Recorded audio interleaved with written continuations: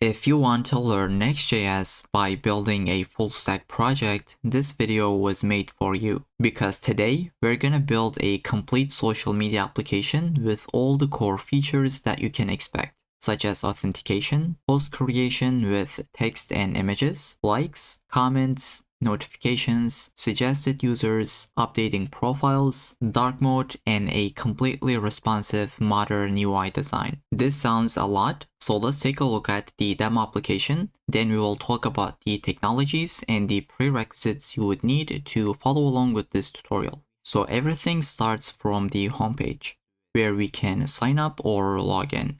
And we have two options. The first one is with Google Authentication, and the second one is with email and password combination. If you go with email and password, you will get a 6-digit verification code to log in, which would help us to secure our application. Once you're authenticated, you can create posts that can contain image uploads. Just like any other social media application, we can like posts and comment on them. And in return, we would get immediate feedback with some beautifully designed notifications. Our application will suggest some users to follow, and these users will be fetched randomly from the database. We can visit other user profiles and see their profile information, post history, and their likes. We can also visit our own profile and update it. And if we are the owners of the posts, we can delete them after a confirmation dialog. We are gonna get notifications when someone follows us, likes our post, and comments. And for the comments, we can see the post as well as the specific comment. And finally, we can sign out and manage our account, where we can add new email addresses, see connected accounts, see active devices, and delete our account. So that's the showcase of the end result. Now let's see the technologies that are used to build this application. We are going to use React with Next.js, and as you might know, Next.js is the full stack framework that is built on top of React, and we're going to get into the details in the incoming sections. We are going to use Tailwind and Shadcn for styling, Clerk for authentication, Neon for the Postgres database, Prisma for the ORM, UploadThing for image uploads, and Vercel to deploy our application. The only prerequisites in this list is React, and every service we use in this video is completely free to get started with. They all have a pretty generous free plan, so you don't need to pay anything to follow along. And hopefully after this video, you should be able to build full stack projects by yourself. So if you're ready, let's get into it. Alright, so to get started with, I have created an empty folder on my desktop. I have called this as socially, and then I just open it up in VS Code. This is the name that I came up with. Feel free to change it and call it anything that you would like to. Now, before we jump into the code, let's visit the Next.js documentation and just ask the question, what is Next.js in the first place? So it is a full stack React framework that we can use and build full stack applications. So at the end of the day, you are still writing React code, but on top of it, we have some additional optimizations and features. So this is the command that we're going to be running to build a Next.js application, but more on this later in the video. Let's say get started, which would take us to the documentation. There we can see, and like as we talked about it, it is a full stack React framework that at the end of the day, you are still writing React code, like use state, use effect, components, let's say JSX, but it has some additional features and optimizations with the help of Next.js. And you can use this framework if you are an individual developer or if you are a part of a large team. Next.js can help you to build interactive, dynamic, and fast React applications. And this is completely true that we're going to see in this tutorial. And these are the main features. I think we're going to be using almost all of them. The routing, this is the file system-based router. So you don't really install a package like React Router DOM if you're using Vite. But in Next.js, we're going to see we just need to create a folder to have a route. And the rendering is a little bit different. Normally, you would have only client-side rendering with single-page applications. But here in Next.js, we also have this server-side rendering, which comes with server components. And we also have client components. So we're going to use both of them, and we'll see the differences in the video. Then again, data fetching with server components with async await, styling, optimizations. Next.js has some components like image, and they provide you the fonts for the optimizations as well. Then TypeScript support out of the box. So really, you can take a look at the entire documentation, but I would suggest you to follow along with me in this tutorial. As we need any features, we'll be using them, and I'll try to explain each. So with that in mind, you can see there are 3 different versions that they have listed. And at the moment that I am recording this video, the latest version is Next.js 15. But in this tutorial, I'll be using Next.js 14. It is because this still has some dependency issues. When you install a dependency, peer dependencies gets they have some compatibility issues. So we'll like to go with this one, which is a completely valid version. I think most of developers are using this one at the moment. So with that in mind, let's jump into the VS Code and open up our terminal. So I will say npx create next app. Normally we would say latest, but in this video I'll go with a specific version, let's say 14.2.15, and we'll like to initialize it under the current folder. So I'll just put that at the end. And since you are using a specific version, even if you are watching this video a couple of months later, this should still work as you see in the tutorial, right? So we're going to have the exact same code base without any issues. So let's press enter now. It'll ask us a couple of different questions. So let's say you would like to go with TypeScript. For the ESLint, I'll just say no, but if you want to, you can go with yes. I would suggest you to go with no so that we can have the exact same code base. Then for the Tailwind, let's say yes. Source directory, app router, which is the recommended one. So we're going to go with yes. And we don't really want to customize the default import alias. So I'll just say no for this. And if you don't know what that means, we're going to see this later in the video. And I'll try to explain. Okay, so this will go ahead and install all the dependencies that we would need. And once this is done, we can run the dev script, which is under the package.json. So we're going to run this in the development so that we can start our application. All right, so let's just clear this out. In Mac, you can do Command K, and in Windows, you can do CLS, and it should clear out the terminal. So I'll say npm run dev, and it has just started at localhost 3000. So this is the default boilerplate application that you are getting by Next.js team. So to get started, they say go ahead and visit this page under the app. So let's go ahead and take a look at it. So under the source app page.tsx. So this is the home page by default, as we can tell. So I'll just delete everything. Just return a div with an h1 that says hello home page. So here we can see we got the output in real time, and that means we are in the home page. Now let's say we want to create a different page, and let's say it is going to be /about. Currently, if we visit this page, we're going to get 404 because we don't really have this page in place. So I want to create this about page. And if you take a look at the documentation, you're going to see that they set a file system-based router, right? So for this about page, we need to create a file actually. So under the app, it has to be under the app folder. We're going to create another folder called about. Then we'll create this page.tsx, the special file name. So that's it. Now we have the about page. And I am using an extension called ES7. Probably most of you guys already have it, but just in case if you don't, go ahead and install this. And with the help of this, now we can say rfce, which would give you this functional component. And I'll just call this as about page. And let's just say hello from about page. Now we can see we have this page. So this is how creating pages work. You would first create the folder and then this special file called page.tsx.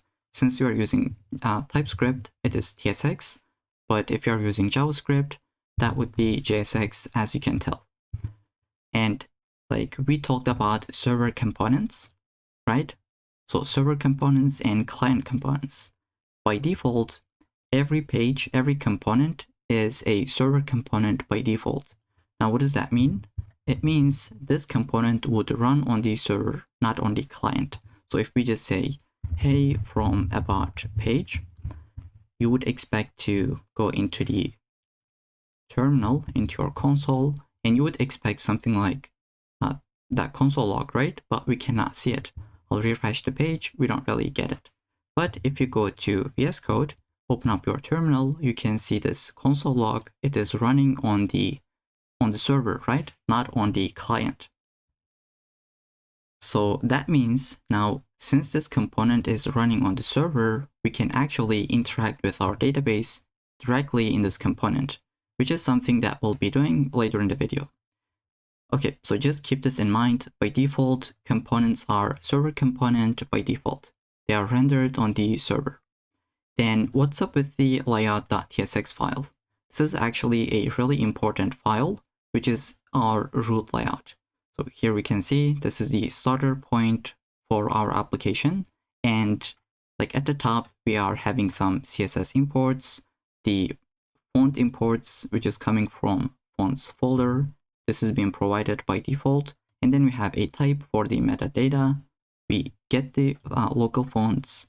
We have the metadata, which is title and description of our page.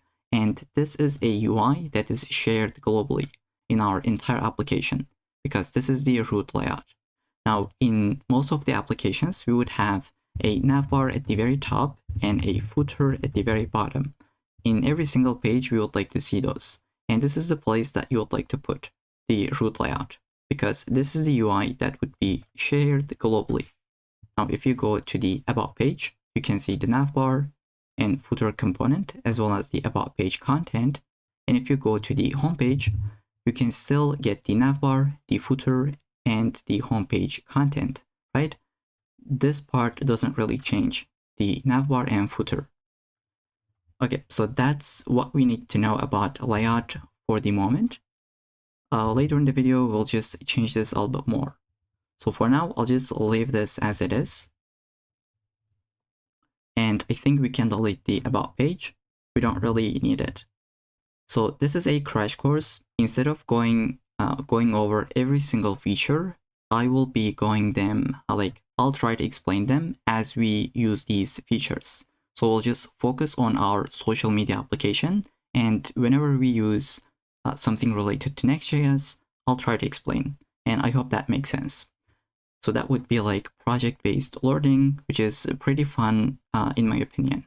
Okay, so with that in mind, I think we can implement the authentication. And we can delete this import. I just realized I forgot this. And just before we delete it, like this is coming from Next. And I think we have seen this from the documentation under the optimizations, like images, fonts, they have been improved and optimized. And this is one of those components at the moment. Later in the video, we can use them, but basically, if you want to use it, you would call the image, and we have imported that at the top. This requires you to give a source, as you can imagine. So you would put your source, then you have to put the width, let's say 500, and height, and this should be good to go. Now this is an optimized image component. You can give this an alt. That's why it was complaining. And if you don't really want to put a width and height, you can give the fill, but then if you do it like this, then the parent component should have the class name of relative and some maybe width and height. Okay, so just keep that in mind. This is the image component coming from Next.js, which is completely optimized and one of the best image components that you can ever get. All right, so with that, now let's try to implement the authentication. And for authentication, we're going to be using Clerk, which is an awesome authentication service. And there will be a link in the description that you can visit. So this is what I'll be doing now. So I am in the Clerk homepage, and if you haven't used Clerk previously, this is an authentication provider, an awesome service that we're gonna see. Just in 2 minutes, you can implement authentication like in breeze. And they give us some bunch of cool components, such as auth pages, which consists of sign in, sign up. Then we have user button, user profile, and our application would look like this, which is looking awesome. And they are kind enough to sponsor this video. And in the pricing page, you can see it is completely free to get started with, and it is actually pretty generous until like up to 10,000 monthly active users. You don't really need to pay anything. And you can sign up from the link in the description, as I said, then you can visit your dashboard. So we're going to go ahead and try to create an application. I will call this as socially, and this is what your users will see. This is the preview. And I'll go with email and Google option. If you really want to, you can add GitHub, Apple, but I think in a social media application, these two options are enough to go. Then I'll say create an application. And this is going to give us a bunch of different SDKs or guides, I should say. We're going to go with Next.js, as you can tell. So the first step is to copy this and paste it into our terminal, which would install the Next.js Clerk, right? Or Clerk Next.js, I should say. Then the second step is to get this .env file with our environment variables. So they call this as .env.local, but I will call mine as .env only. It is because later in the video, we're going to use Prisma, and Prisma just wants you to have this .env file specifically. So that's the only reason. All right. So let's go into the root of our application. Just say .env and paste your environment variables. We got the publishable key and then the secret key. Now, since we have just added this file, this has not been ignored. We should ignore this. I'll just put .env so that if we push our code to the GitHub, we don't really accidentally push our environment variables. Now they have been ignored. As you can see, this is grayed out. Okay, so let's just see the next step, which is to create a middleware.ts file. I'll copy the content, and they say if you're using the source directory, just create this file in the source directory. But if you're not using source directory, then create it at the root. Since you're using it, this is the place that we're going to create that, right? So under the source, just create this middleware.ts. Make sure it is not under the app, but under the source. And paste this in. This is a file that is needed for Clerk to be able to handle the authentication correctly. So we don't need to worry about this at all. Okay, so let's close this off and let's see the next step, which is the very last one, where we need to wrap our entire application with the Clerk provider component so that in our entire application, we can use Clerk. So under the layout.tsx, this is where our entire application gets started. So I'll copy this, which is coming from Clerk Next.js, and we will wrap our entire application with it. Let's try to import this and save it. Now, in this example, they are using some buttons, some signed in component, signed out component, but instead of using it in the layout, I'll just use it in the homepage so that it's not this complicated. I'll copy it from here. Let's go to the homepage and just actually delete this and paste this in. Okay, so let's import them and I'll try to explain what this means. Okay, so this actually feels like an English sentence if you have realized. We say if user is signed out, show them a sign in button. And if they are signed in, show them a user button. So let's save and take a look at it. In the homepage, I can see this sign in button. Even though it doesn't really look nice, we're going to implement this in a second. And let me just zoom in actually. Okay, if I click to this, nothing happens because I need to refresh my page. Then if I click to it, this would take me to the sign in page, right? This is coming from Clerk. This is what we have just built. So let's try to see if we can change the mode. We can do it under the sign in button. You can say mode is going to be model. By default, it is redirect, I believe. Yep. It should be model in this case. This is what I want really. And it would look like this. Let me just zoom out. Okay, so once you clicked it, it is animated nicely and we can sign up or log in. Let's try to continue with Google. I don't have account, like it'll just try to sign me up initially. And let's try to visit the homepage. There we go. Like since we are signed in, we can see this user button where we can manage our account, update our profile, add a new email address, take a look at the security tab, and we can sign out. Okay, so this is how easy it is to implement our own authentication. But now this button doesn't really look nice, right? How can we change it? Well, basically, instead of making this a self-closed button, we can just close this off and put our own button inside. We'll say button, let's say class name, I'll just say BG red of 500. And to be able to get this highlighting, I am using this extension called Tailwind IntelliSense. Probably most of you guys already use it, but just in case. So this gives you the highlighting, and let's just say sign in. Now you can see button has changed, and this doesn't really look nice. And speaking of which, we're gonna implement or install a UI library, which is gonna be Shadcn. So just before we get into it, just keep this in mind. We have just implemented the authentication where we just signed up. And if you take a look at the dashboard, you can see we got a recent sign up, right? This is a user that we just got.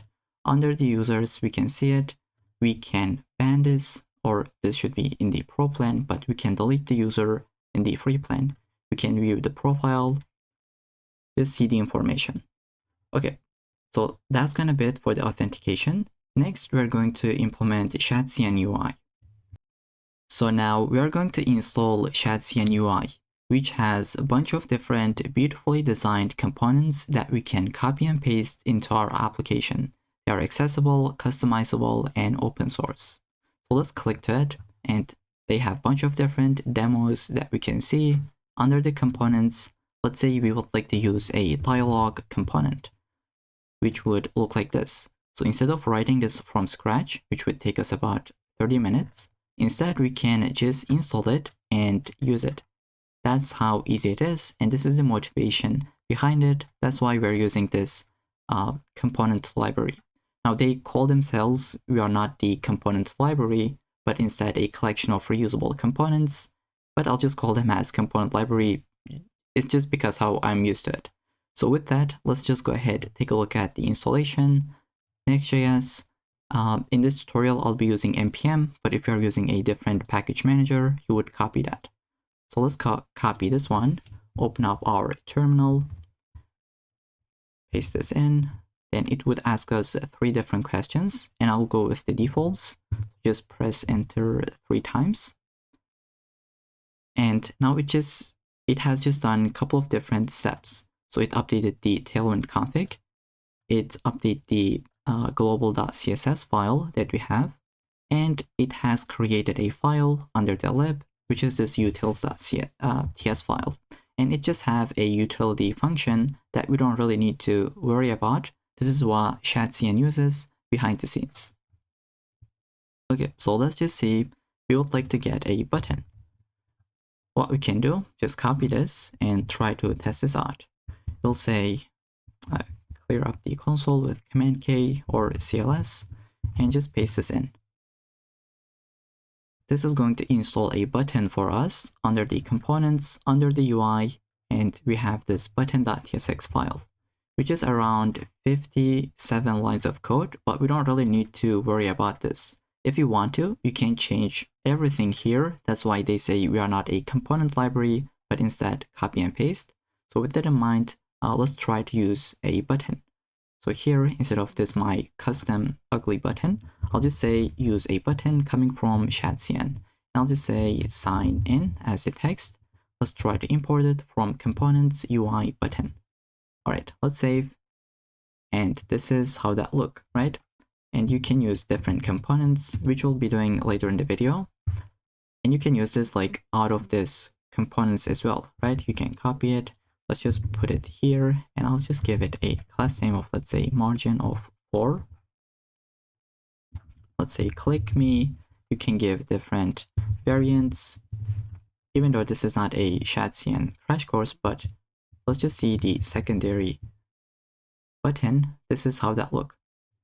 Okay, so with that in mind, we just got the Shadcn installation. I think next step could be implementing the light and dark mode, just like they have in their documentation, right? So I'll go ahead and search for the dark mode with Next.js. Let's get this one. We need to have this as the first step. I'll paste this in. Then they say create a theme provider under the components. So I'll copy this. This is the file name that they want you to create, but you can call it anything. So instead of dash separated, I'll say theme provider.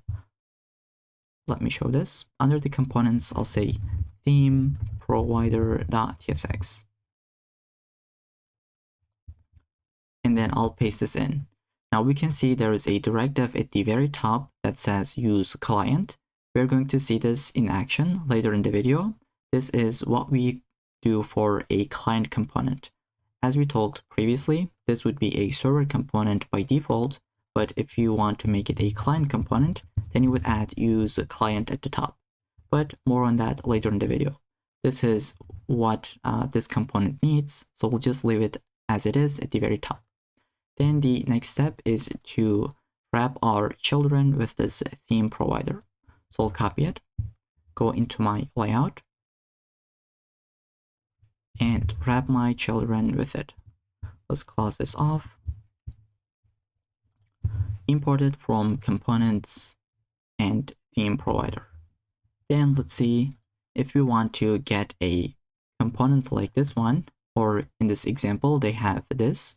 We need to copy this and paste it into our application. So what they have in this example is like with a drop down, but instead I want to have it like this. So just toggle this on and off instead of having a drop down. So for this, let's try to create it by ourselves. So I'll go under the components. I'll say mode. So let's say mode toggle.tsx.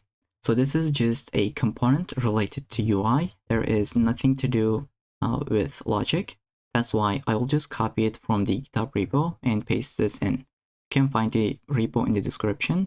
So under the components, under the mode toggle.tsx, visit this file and copy the content, paste this in.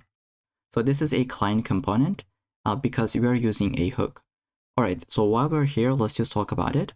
If you are going to use a hook like use state, use effect, or really just any hook, then you need to mark this component as with the use client, because this needs some interactivity in the client.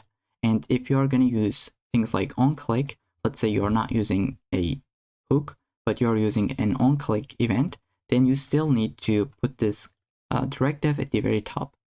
And I hope that makes sense. We're going to see this in later in the video a lot.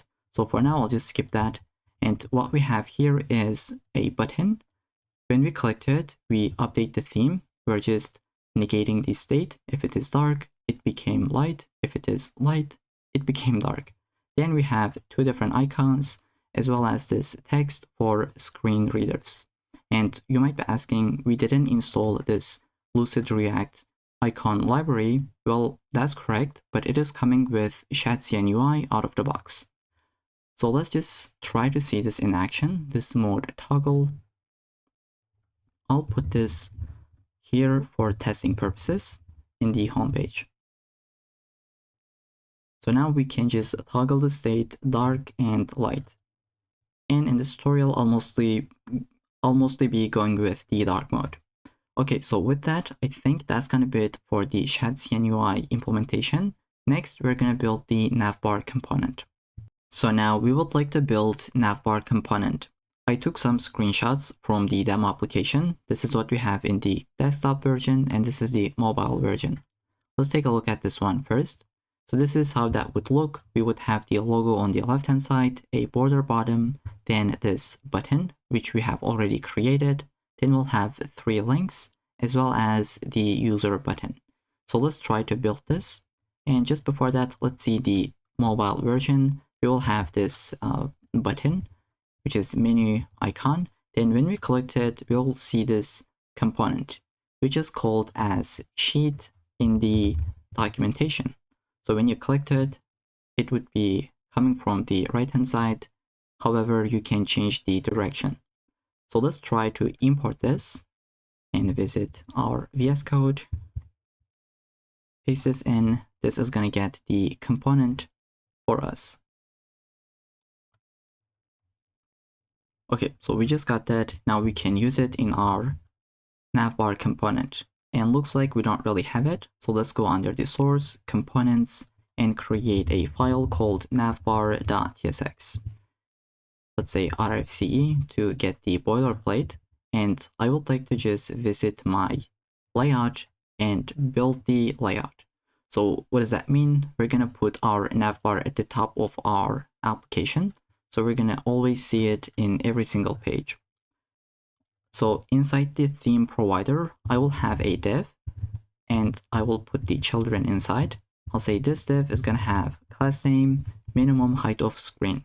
So it is just taking the entire page, and we'll just say import the navbar component from the components. And I think right now I can explain what that means.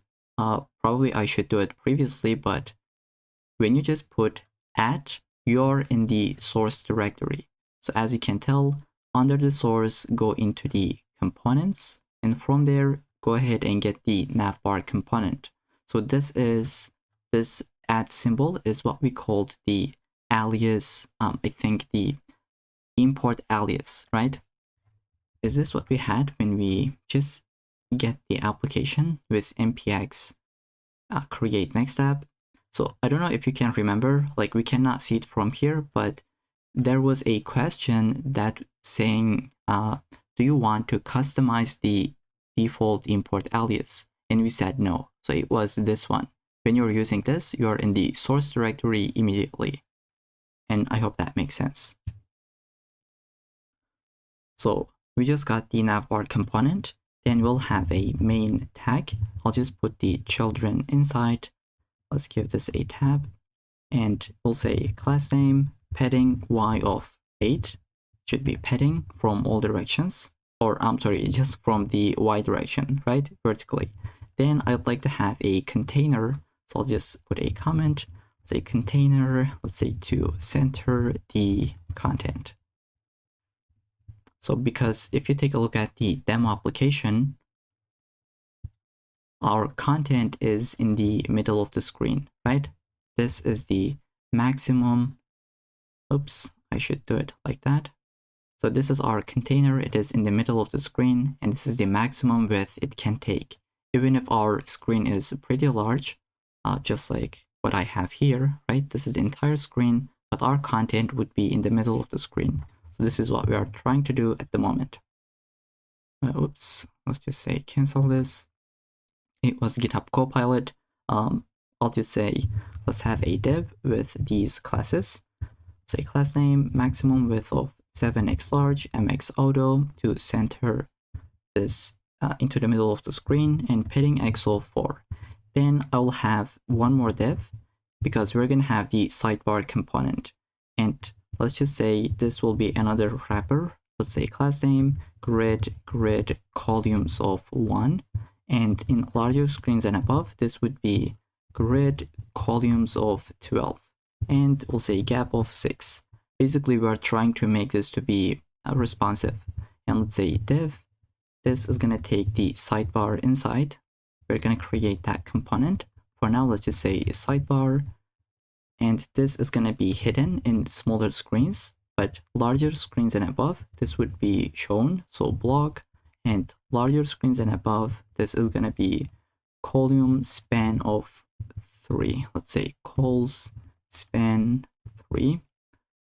I think this should be col, right? Not cols. Let's see. All right. So we just have the sidebar component. Then our children, let's say, will go inside of this div. Here we'll have this class name, larger screens and above. This is going to be column span 9, because in total we have 12. Sidebar will be taking the 3 fractions, and the rest of the page will take the 9 spans.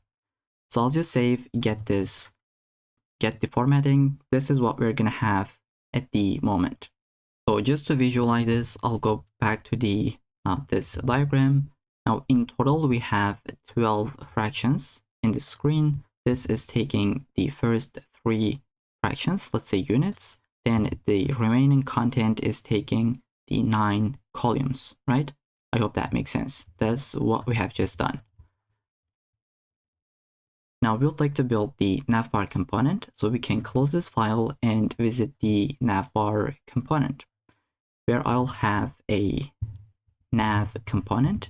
So this is not a CSS course, that's why I'll get a class name from the GitHub repo, and I would suggest you to do the same thing. Just open up the GitHub repo from the description, just have it open in one of your tabs, and as we go through this course, we'll be copying and pasting a lot of CSS classes. So this is mostly about full stack development and Next.js. That's why I'll just not focus on the UI.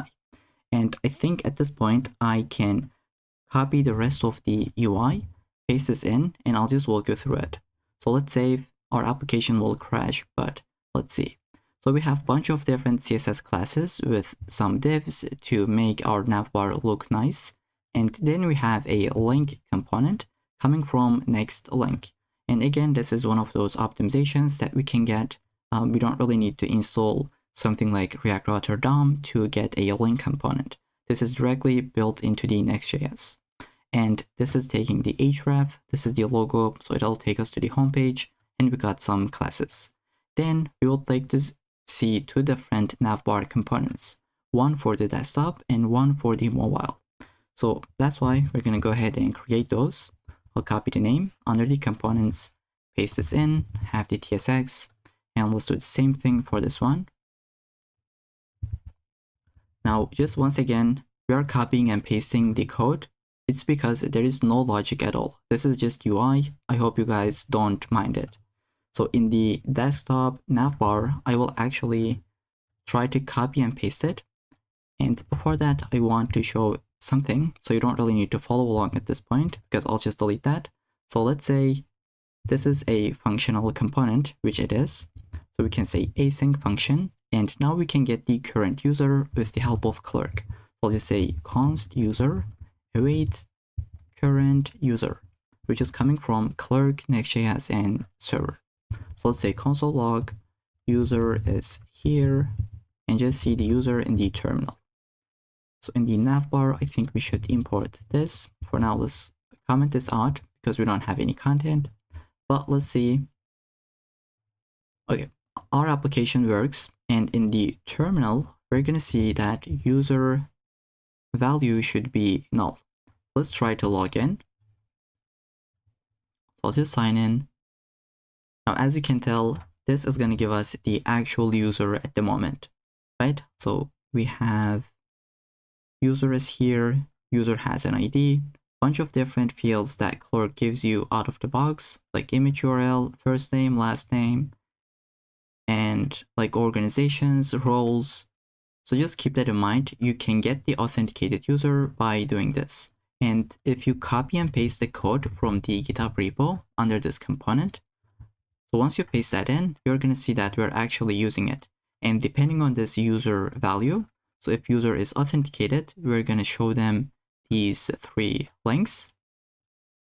Or I think, is it 3? No, it's 2. So we have one for the notifications page and one for the profile page. Then we have the user button coming from Clerk. Let's see, user button. Then if user is not authenticated, we're going to show them a login button, right? So that's what we're doing. No logic at all other than this. And we're using the mode toggle component. So we can go into the navbar and I think into the home page, I was going to say, we can just delete this because we don't really need it. And let's delete everything that we have. Here, let's just say h1 homepage content. Okay, so around 50 lines of UI and no logic at all other than this. Let's see what we're gonna get in action. Okay, that's what we have. Homepage. This would take us to the notifications page, which we don't have a content, but we can see we see the sidebar as well as the navbar because they are in the layout.tsx file. And we talked about this one previously. This is the UI that is shared globally in our entire application. So we have the navbar, the sidebar component, and then the page content. Okay. We can go into the profile page, as you can tell, and we can sign out. Now in the desktop, we don't really have a navbar. I mean, in the mobile, I was going to say, we don't have a navbar, and we would like to build it. So in the navbar component, let's try to uncomment this, and I will copy this content from the GitHub repo. You can do the same thing, and I'll explain. It is around 90 lines of code. Again, mostly UI, no logic at all. Then some state, which is coming from use theme. And let's see, we have use state that would check if show mobile menu or not. We're using this sheet component. You can see the usage from the documentation. And from here, this is how that works. Then we have this toggle button. So let's save, see the output. I think that would make sense. Just in a second. So this is what we see in the desktop. Once we hit the mobile, we can see this button, which is a bit different than this mode toggle one. So this is for mobile. And again, once you click it, we get to see this sheet component. And we can click to this logout button. And again, this is coming from Clerk. So let's see this logout button. Where is it? Where is it? So sign up button. Okay. So we just put this and customize it with our own UI design. If I clicked it, I should be signed out. And this is what we see if we are signed out. So we have some errors. Let's see. Extra attributes from the server. I think we should refresh and get rid of that error. Okay, so I think I know where this is coming from. If you take a look at the Shadcn UI documentation in the dark mode, in the HTML tag, they put this prop or attribute. Let's go ahead and add this into the layout. We are missing it. This is just some hydration warnings that we get, not too important, but if we add it, I think we should get rid of that error. Let's refresh. Now we don't really have it. Okay, perfect. Now that means we just built the navbar component. It is working as expected. It is responsive. We have light mode, dark mode working as well. So in the next section, we're going to get into the database, but I think before that, let's take a look at this component in a little bit more detail. So this is a client component because we need some hooks, right? We're using 3 different hooks, and some of them are for interactivity, some of them for checking the user state, the authentication state in the client. So that's why this has to be a client component. Then this use auth is coming from Clerk, as you can tell, and this allows you to check for the authentication in the client. So in the desktop navbar component, we checked this in the server, and here, since this is a client component, we can use a hook to get this state. And I hope that makes sense. Other than this part, we don't really have anything interesting at the bottom. There are just some components to handle the sheet as well as some styling. If user is signed in, we see this part where we have logout button and 2 different links. But if user is logged out, they can see this sign in button. Okay, so that's gonna be it for this component. Just keep that in mind. This has to be a client component because we are using some hooks. So with that, in the next section, we can get into the database. So now that we have authentication in place, it is time to go ahead and integrate a database with our application. And for this, we're going to be using Postgres, which will be provided by Neon. And there will be a link in the description that you can sign up for free without paying anything, because they have a pretty generous free plan that we can use. So we are going to get 10 different projects in the free plan and no credit card required. And they will provide us a Postgres database, which would be running on a serverless platform. Now, what does that mean? Like serverless, basically you only pay for what you used, but in the free plan, you don't really need to pay anything, so just keep that in mind. And they have a bunch of different cool features. The one that shines is this branching, where we can really have different branches, just like in Git. We can have one for production, one for development, one for testing purposes, things like that. We can explore this later in the video. For now, let's go ahead and try to log in. So I'll log in with my GitHub account, and I have some projects here. Like I can create 100 different projects. I am in the paid plan, but in the free plan, you will have 10 different projects, which you don't really need to worry about. So let's go ahead and try to create a new one. In the free plan, probably yours would look like this. In my case, it is like, I think 16 gigabytes of RAM. I'll just go with you what you have. Maybe it is this one, but I don't know. You don't have to worry about this. It's going to work completely. For the name, let's say socially, and Postgres version, I'll use 16. Let's say create project. We're going to get a connection string. Let's try to copy this. And I will go ahead, visit the VS Code into the .env. I'll just paste this in. And now with the Prisma, you need to have the database URL as the key. So I'll copy this name. Go ahead and just put it. Now you might be asking, what is Prisma in the first place? Maybe you have never used it. So let me try to explain. Okay, so what is Prisma? It is an ORM, but what does that mean? Object Relational Mapping. Okay, but what does that mean? So basically, you can think of Prisma as a translator between your code and your database. So instead of writing complex SQL code, so you don't really write something like select all from your table and where you have some filters, right? Then you would do inner joins, outer joins. You don't really need to memorize this SQL syntax, right? Instead, you would still be writing JavaScript or TypeScript, whichever you would like to, and Prisma will let your database what you want. So I know this might not make too much sense, so let's take a look at some examples. But just keep that in mind, this is not a database, right? This is the logo of Prisma, by the way. This is not the database itself. It is a tool that you are using in your code to interact with your database. So your database is still something like Postgres, MongoDB, CockroachDB, whatever you're using. Okay, now let's see these examples. If you are not using Prisma, this is how your code might look like. So let's say you want to create a user. You would say, this is my query, insert into users table. We're going to get an email and name. And for the values, we would like to put these, which are john@example.com and John as the name. Now you get the point. You're writing still some raw SQL code.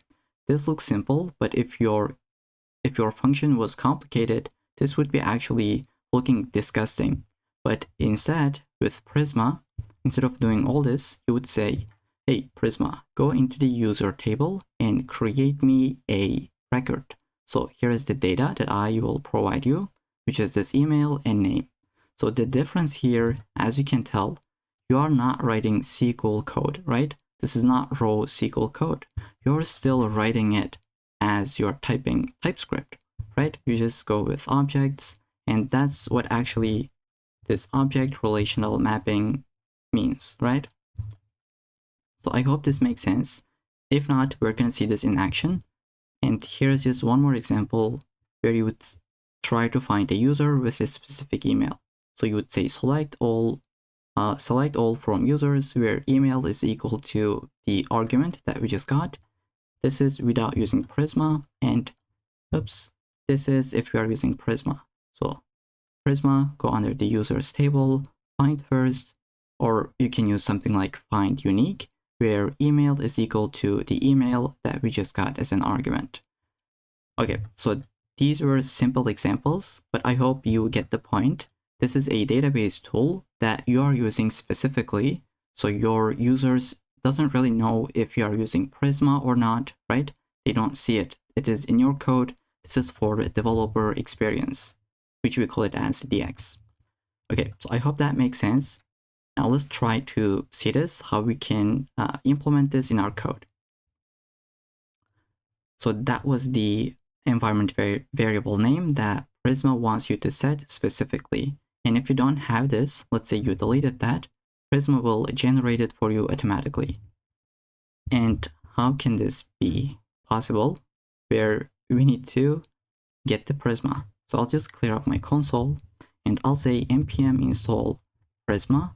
And this is going to be a dev dependency. So I'll just say -- save -dev. So this is going to get us this package. Okay, so we just got that in production. This is what we're using in development, and in the production, this would be used.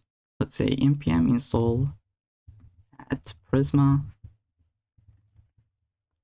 /client. So let's just install this as well. We'll be using this. You're gonna see. Okay, so we just got our dependencies, and we'll say npx Prisma init. Let's open up our left-hand side. We can see we got a Prisma folder, and you can see the steps. Let me just shrink the left-hand side. So once we run this, it says your Prisma schema created at Prisma folder under this file, schema.prisma. And it says you can now open it and open it in your favorite editor. Okay, we're in VS Code. We're going to see what is a schema in a second. Then it says the next steps. So set the database URL in the .env file.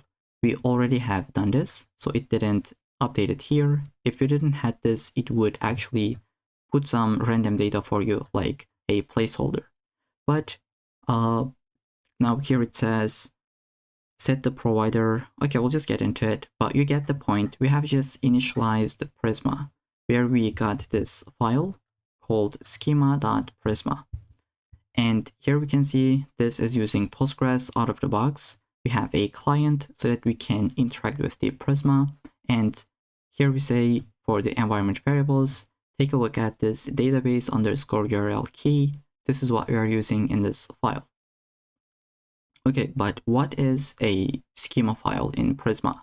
So this is the file where you will model your database. So how many tables you will have, like which tables you will have, which fields, what kind of relations, things like that. So in our database, in our application, we're going to have a user model initially, right? This is a social media application. So let's start with a user model. So this is how we do it. AI will, I think this will get a bit annoying, but let's just see. It'll just suggest some code, but I'll just try to explain every single line that we type in. So this is how we do it. Let's create a model called user. This is our very first table. So each user will have an ID, and I need to mention that for this syntax highlighting, I'm using this extension called Prisma. Okay, so it is this one. Once you install it, you should be able to get this highlighting. And I think I'll go ahead and just disable this copilot. Let's just say toggle status bar. Can I just say disable this? Okay, let's just disable completions for Prisma specifically. Each user will have an ID, and it is going to be type of string, right? This is the type. And let's say this is going to be ID, so it would be generated automatically by Prisma. And by default, so this is how we can have like UUID, right? Or the other option is to use collision resistant ID, user ID. I think, is it user ID? Yeah, I believe so, like, or maybe uniformal, I don't know, like collision resisted unique identifier. Okay, I think that what that means. Collision resistant unique identifier. So with that, that's gonna be it for the first field that we'll have in the user model. Then we'll have email. Let's say it'll be string, and again, email should be unique. Here we didn't say it's gonna be unique, but it is the primary key, so Prisma will just make sure that it is unique always. Then I'll just duplicate this. We will have a username. Again, it'll be unique. Let's duplicate this. Now we also want to have a field called Clerk ID, right? Because users will be authenticated by Clerk. So we just need to know which user is in Clerk that is matching with our database.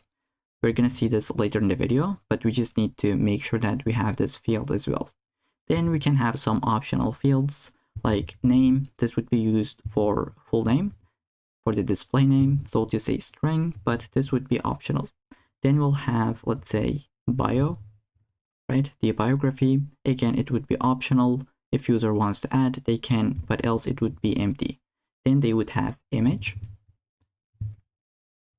they would have location, and they can put a website. So let me just actually show this. So like here we can see this is the display name, this is username, bio, the location, as well as the website. Okay, I hope that makes sense. Let's go back to VS Code. And now when a user is created, we can have this field automatically created. So let's just say created at, this is going to be a date time. And by default, this is going to be now. So that we can show something like user is member since, say, since 2020, right? And we can add this field called updated at. Again, date time. This is going to be updated at. So this is the Prisma syntax that you're going to get used to it as you use it. And then now we would like to add some relations. I'll just say relations. These were the fields that we have just added. Now, what do I mean by a relation? So when a user create a post, that user will be the author, right? So we can add a relation for that. Let's say posts. This is going to be our posts array. So I'll just say this is going to be type of posts. And we don't have this model. That's why we can see this error, but we're going to add it in our bed. Then let's say comments. User can have some comments. Again, it's going to be an array of comment. Then likes, let's say an array of like. Then finally, or not finally, we'll have a couple of different relations as well. So for followers and following, right? Let's say followers, users can follow each other's. So we'll just say this is going to be a follows type or the model, and it's going to be an array of them because a user can have multiple followers and multiple following. And let's just say follows. Then we'll have some notifications finally. So a user can either create a notification or receive a notification, right? Or can do both of them at the same time.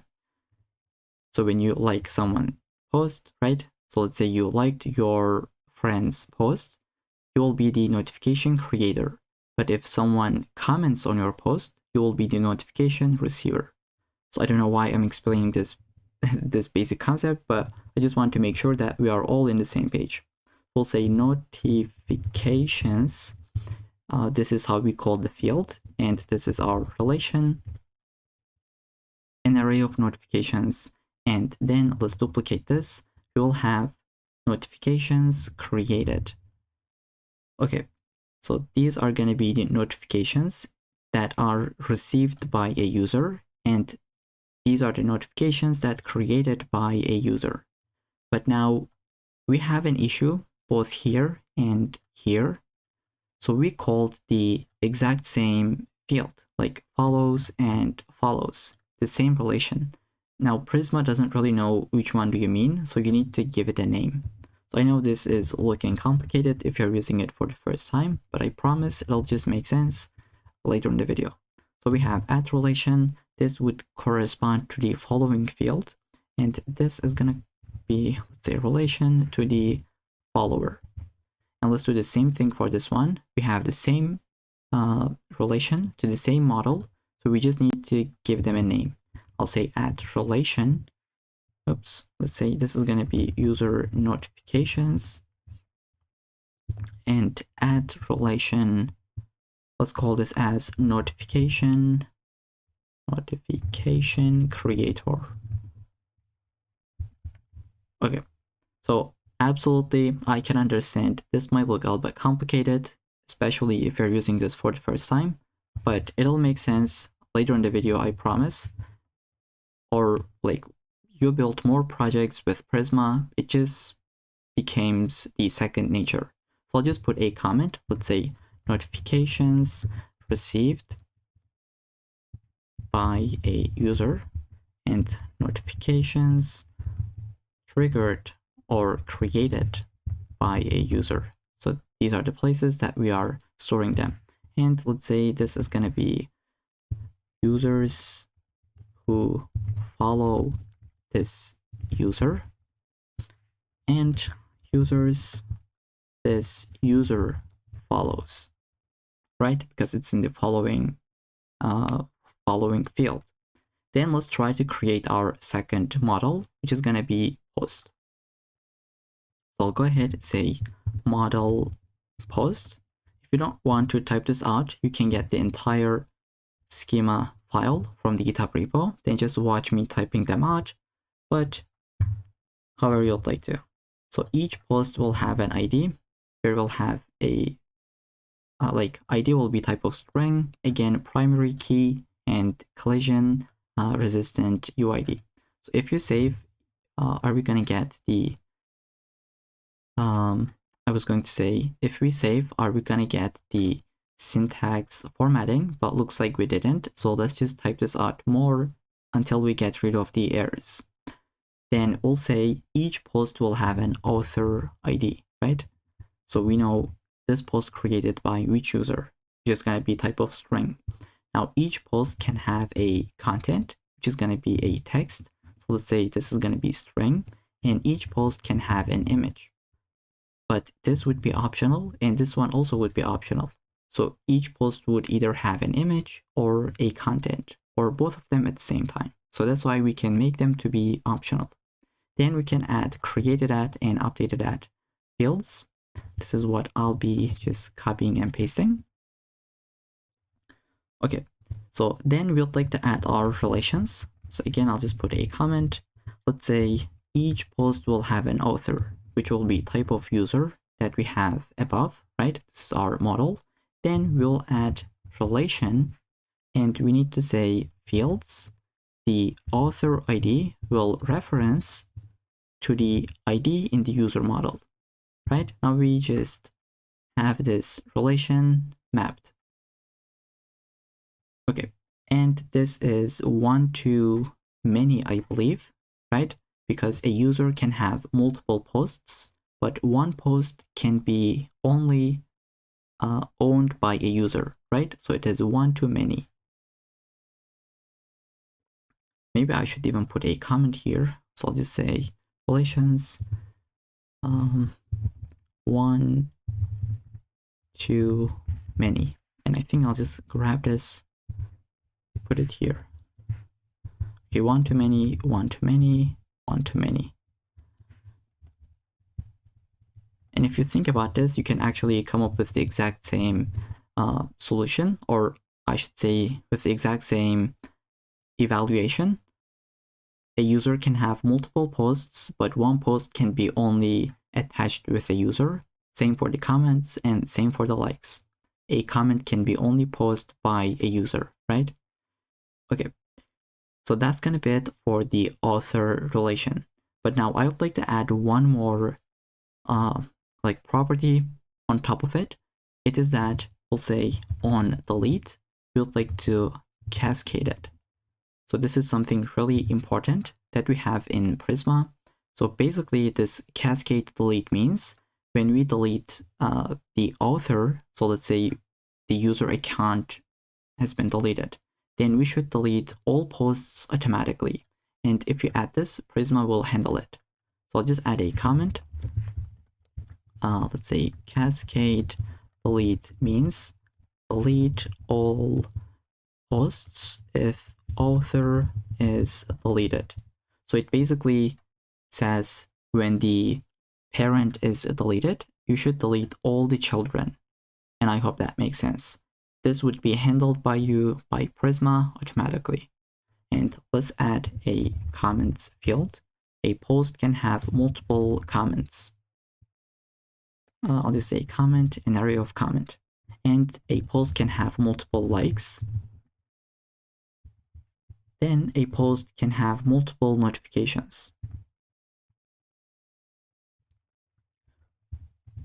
So let's say notification, just like that. Okay, that's gonna be it for the post model. Let's try to create one more, which is gonna be for the comments. And let me just try to type this out actually, instead of copying and pasting. This should be comment. So it's gonna have an ID string. Let's say it will be at ID, at default, collision, resistant UID. Then we'll get the content for the comment, like it's gonna be string author ID, who is the owner of this comment. Let's say it's gonna be string. Then we'll have the post ID, so which post this comment is related to. Again, type of string, created at, I think I can just copy it and paste it. As you can tell, this is going to be the default to now whenever the comment is created. Now let's add the relations. Okay, so each comment will belong to an author. Let's say it's going to be user model type and relation fields, where we have this author ID that references to the ID field in the user model. And on delete, as you can imagine, we're going to say cascade. And I think we have like an auto suggestion. So here it says delete the child records when the parent record is deleted. Okay. So this is something that we have explained. When the user account has been deleted, all the comments that has been posted with that user will be deleted. Then we'll have a posts relation. Let's say this is going to be type of post at relation, where we'll have this fields post ID that references to the post ID in that post model, and on delete we'll say cascade. Then finally we can learn something new, which is add index. So we can add indexes to this model. And we'll say this index will have this author ID as well as the post ID. So basically this, like what's an index, what that does, first of all, it will speed up the query, right? And you can filter a comment with these keys. So you can say, give me a comment with this author ID and this post ID, right? And that's actually what we're going to be doing later in the video. We'll just say, fetch all the comments that has been posted by this author that is in this post, right? So this is what we have just done. And I'll just put a comment. This is what we call as composite index. Index for faster queries. Now, why do we call it as composite? It's because it consists of multiple fields. It is not just one, but two or even more. If you add more, that would still be a composite. Okay, now let's try to add one more model, which is going to be like model. I'll try to get this line by line. Again, we'll have ID. I'll not try to explain it. This is something that we have done already. Then each like will have a post ID that is belong to, then the user ID, right? Who is the owner of this like. Then create it at, optionally, if you really want to, you can add it. This is what I'll be doing. Then let's say relations. Okay, so the first one will be user, which is going to be into the user model, and we'll say add relation fields. Oops, let's say fields. The user ID that we have in the like will be matching with this reference of ID in the user model. Then on delete, once again, it's going to be cascade. You don't have to add it, but I think it's just best practice to add this in this point. At this point, if user account has been deleted, we should delete all the likes by that user. And this is what other social media applications does, if you have realized in Instagram, like to give an example. Then I'll just do the same thing for the post. Since we have done this multiple times, I'll just paste this in. We give the post as the model relation with the post ID that we have here that would be referencing to the ID in the post model, and on delete just do cascade. Then we can add an index just like what we have done above. I'll say index, let's say this time user ID to post ID. So you can say give me the likes that is owned by this user in this post, and you would give these as the IDs, right? When you have a query.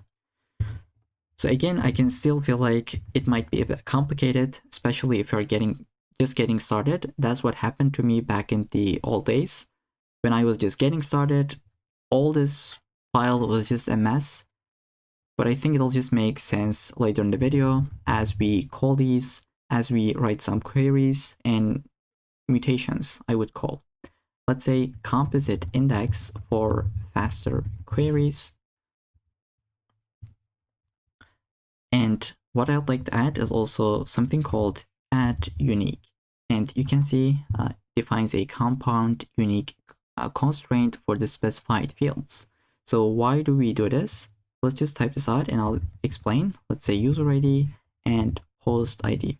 So we just make this unique, like we have added to the like model, so that same user cannot like twice, right? I'll just say same user, let's say this prevents same user liking post twice. So we just said on a post, a user can have only one like, right? I hope that makes sense. Then we can add one more model, which is going to be follows. Let's say model follows. We will have a follower ID, which is going to be type of string. Then let's duplicate this. We're going to have following ID. So what we're doing basically in this entire file, just model our database, right? As we have talked about it. Then this is going to have a created at. Once again, I think I'll just copy it and paste it. And once again, we're going to have our relations. So what I'd like to do is just copy them and paste them in, because we have done this multiple times. I think I can just explain them. So we have a relation with the follower field where we have this match with a user field, the user model, and the follower field. This is how we called it, right? If you just scroll to the top, you can see we have give them some names, right? Following and follower. Now we're just trying to match those. And again, it would be delete of cascade. Then we can give this at, let's say index. I'll say follower ID and following ID. Then I'll just give this an ID as well. Again, we have just seen all the different constraints like index, ID, unique, and I think that's a pretty cool thing. So you just know almost everything about schema, the most important parts in one tutorial. So I'll just say follower ID and following ID. Let me just put the comments, what they are used for. So just like previously, the index is for faster queries, and this ID, it is a composite primary key that prevents duplicate follows. And the very last model that we're gonna need is the notification model. So let's go ahead, and I will be copying and pasting this from the GitHub repo, and I can walk you through it. So we use this notification type enum, that I will just get this and paste this in as well. So we can have 3 different notification types, either like, comment, or follow, right? So these are the notifications type that we'll implement. So what do we do here? We say each notification will have an ID, and each notification will belong to a user. This is the one that receives the notification, and this is the one that creates the notification. Then the type of the notification, which will be notification type, like, comment, or follow. Then if this notification is read or not, and the post ID. So if it is a like or if it is a comment notification, it will be related to a post. And if it is a follow, then it would not have a post ID. So that's why it is optional. Same for the comment ID. If it is a comment notification, it would have the comment ID. Then created at, when this notification is created, by default, it would be equal to now. Then we have some relations. Again, user notifications that we have above. This is the name that we give. Same for the creator. We are using cascade on delete. Host relation will be optional. As I said, if it is a follow notification, it has nothing to do with posts. That's why this is optional. Same for the comments. And why do we have an error? Let's see. Revalidation field, comment, and model. So I think we are missing the one at the top. Or if we just save, do we get rid of this error? No, we don't. Maybe we need to go into the comment model. And let's just see if we are missing it. Okay, so it is here. So it looks like we have missed that relation. We should say comments will have some notifications. So notifications that are triggered by a comment. So that's why we are adding this. Let's say notification and array of it, right? Now it is happy with us. And if you save, hopefully this should be working out as expected. We don't really have any errors. And let me just double check if we are missing anything. Nope, we just added an index as well for faster queries. And we can use these as for our filters as well. Okay, so I know that was a pretty long file that we just had to write, but we have just actually modeled our entire database, right? We have 1, 2, 3, 4, 5, 6 different models and 1 enum. We just built all the relations, we created some indexes, unique constraints, things like that. And we're going to be using all these models later in the video. Okay, so let's just try to save. Now what we have done is creating a file in our local machine. We don't have this database model, this structure in the actual database, right? So if you go into your Neon account, you go under the tables, well, we just don't really have anything, because how would this know what we have just done, right? This is locally in our machine. So we can open up our terminal and we can say, clear out the console, npx prisma db push. So we're going to push our changes that we have locally to the Neon instance that we have. So this will take a bit of time, maybe 10 to 15 seconds. So it will take the environment variables, load from the .env, get this file, and now it says your database is now in sync with your Prisma schema.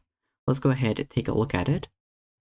If you try to refresh this page, we should be able to see all of our tables that we have just created. Let me zoom in. We got users, post, notification, like, and we can see all the fields that we have, right? So these are the fields that we actually have, and these are the, let's say, the relations. You can see they are uppercase, and these are like lowercase. and you can take a look at all the other tables. Okay, so that's gonna be it for the Prisma and Postgres setup. In the next section, we're gonna do something important. So I'll see you there. Alright, so I said we're gonna do something important in this section, and that's actually true, but let's just see what that is in the first place. Now let's just think about it. We have two different services at the moment. One of them is for authentication, which is Clerk, and the other one is for our database. So we had a user that is authenticated, which was this account, right? But we don't really have this user in the database. We just need to let our database know, because just remember, like at the end of the day, these are two different services, two different companies. They don't know each other. When someone signs up, like database has no idea someone is signed up with Clerk. So we just need to let this know. And we're going to take that user, put it into the user table. So that's what we're going to do. Absolutely important. So let's just see how we can do it.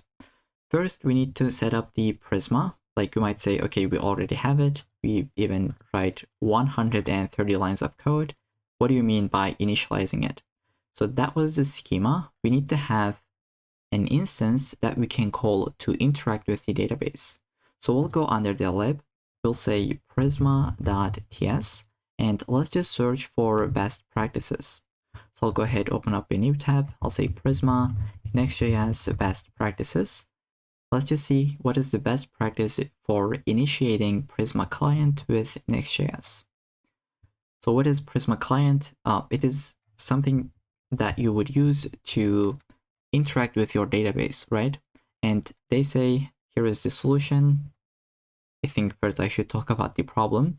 Now, if you're using Prisma with Next.js, you're going to encounter an error, which is this one, because every time you save your code, there will be some hot module replacement, and then you will have 10 different instances of Prisma client actively running. So that's why they say you should cache it in the development. And this is the code block for this. Let's just try to paste this in, and we can try to understand. Like we're having an import at the very top, then we are using this singleton design pattern, and we just check if we are not in the production, if we are in the deployment, we're going to just handle the caching stuff, right? So if there is already a instance, we're going to be using it. So that's only for development. This is for best practices, and we can get it from the Prisma documentation. So I hope that makes sense. The only thing we care at this point is just this export default Prisma instance that we're going to use in a second. So now we can go into our any component that is running on the server. We can say something like, let's just say this is going to be an async function. And now we can say await Prisma, import this from the lib, and we're not using those. Let's delete them. So now everything is type safe. You can click to it. You can say user table. You can say like table, right? Like you can see all of them that we have. It is type safe out of the box because we're using TypeScript with Prisma. And since we are having this Prisma client, this has been generated when we type this out. And I think we can see it like generated Prisma client. That means our code is type safe at the moment. Okay, so what do we want to do? Get the user and save it to the database. And we're going to be doing this in the Navbar component. So I'll go ahead, visit the Navbar, because this is a component that would be running on every single page. That's why this is the place that I'll be doing it. So let's say const user, let's say await, but first we need to make this to be an async function. I'll say await, get the current user from Clerk, and we'll say if user is authenticated. If we have this user, then let's try to sync this user with our database. I'll just say sync user. Okay, so this is a function that we're going to create. We can either create it here or create a folder for it. So under the source, I will have actions folder, and I will say, let's say user.action.ts. So this is just a naming convention. You can call this as user.ts, but I think this makes sense to just put the folder name into here, and it just looks pretty cool, and it is the convention that we can use. Okay, so what is an action? It is actually a server action. Let's see it from the Next.js documentation. So you can type server actions and you can get to this page. So they are asynchronous functions that are executed on the server, right? They can be called in server and client components to handle form submissions and data mutations. So in our case, we would like to mutate some data, right? Create some data. And the convention is to put this use server directive at the top. So just like use client, we can put use server. And this would just make sure that this code is going to run on the server, not in the client. So we're going to create this server action. Let's say export async function. And this is how we called it, sync user, right? Okay, let's just, try to delete the comments. Can try to import it coming from the user action file. Now let's try to actually sync this user up in our database. Let's say try catch. In the try, I'll first get the user ID from Clerk. Let's say user ID await auth. Then we'll say const find the current user as well. Say await current user. Now we can add this checks. Let's say if there is not user ID or if there is not user, that means we can just return out of this function. But else, that means user is authenticated, so we can create this user. I'll say const db user, I'll say await Prisma, let's try to import it, go under the user table and create a new resource. And we'll just put this object. So this is the benefit of ORM. We are basically writing still some JavaScript code. So say data, we would like to put a Clerk ID, and this should be type safe, as you can tell, because Prisma client knows what we have in our schema. So we'll just put the user ID as our Clerk ID. Then we would like to have the name field. So this is going to be user first name and last name. So I'll just try to copy it and paste it. This is coming from Clerk. And let's say in case this is null, we'll just leave it as an empty string, and same for this one. Then we'd like to get the username. And what I'd like to do, just provide this. So username might be an empty field. So if this is empty, if this is nullable, then we would like to get the first part of the email. So let's say user has something like john@gmail.com. We are interested with this part. This will be the username. So this is what that code does. Then after the username, we can have the email. And this is how we can grab it from Clerk. Then we can add an image, which is going to be user.image URL. Okay, so this is the data that we get from Clerk. Now we'd like to save it to the database. Once this is running, once this runs successfully, we're going to get this user and we can return it if we really wanted to out of this function. So let's say return db user. And in the catch, you can handle this in a better way. I'll go with error in sync user and show the error in the terminal. Then there's just one more optimization that we could add. If user is already existed, we don't really want to run this again and again, right? So we'll just say check if user exists. Say const existing user. We'll say await Prisma. I'll say Prisma.user. Let me just give it a bit space. This looks annoying. User.find unique. And we'll say, let's add a where clause where the Clerk ID is equal to this user ID. If we got an existing user, we can just return out of this function. We can return this as well. Yeah, I think that's what I'll be doing. Just return this existing user out of this function. Okay, so since this feels like an English sentence, we can delete this comment. And let's try to save this file. And now I hope this makes sense. We just have a function that will take the user from Clerk and save it to the database, right? Let's try to see this in action. We are calling this in the navbar, so we can go ahead and try to log in. So currently we are unauthenticated, and in the database, let's refresh. We don't actually have a user. I'll try to sign in with my Google account. Okay, so we're just logged in. We should be able to see this user in the database. There we go. This is the ID. This is generated by Prisma and put into our database. We got email, username, Clerk ID, name, all coming from Clerk. Then bio is null by default. Image, this is coming from Clerk. Location, website, they are empty. Created at, updated at, and the relations. All right. So now I just want you to know for this concept where we got the user and save it to the database, in production grade applications, you would handle this with something called webhooks. So for now, I'll not just get into it. What we have done is a little bit more beginner friendly, and it's also working. Like for side projects, this definitely can be used, but in production, I would suggest you to know about the webhooks. This is what you'd like to use in production when you have something in a different service and take it to your database, or just event-driven architecture, you would use webhooks for it. And this is something that we have done in the previous tutorials. I think we have just done that a bunch of times, but just keep this in mind if you have never heard of it. That's a pretty cool concept that we can get into it in a later video once again.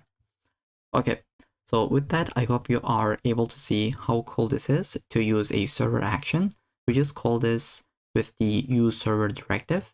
Now this file would run on the server, right? So this is just a function.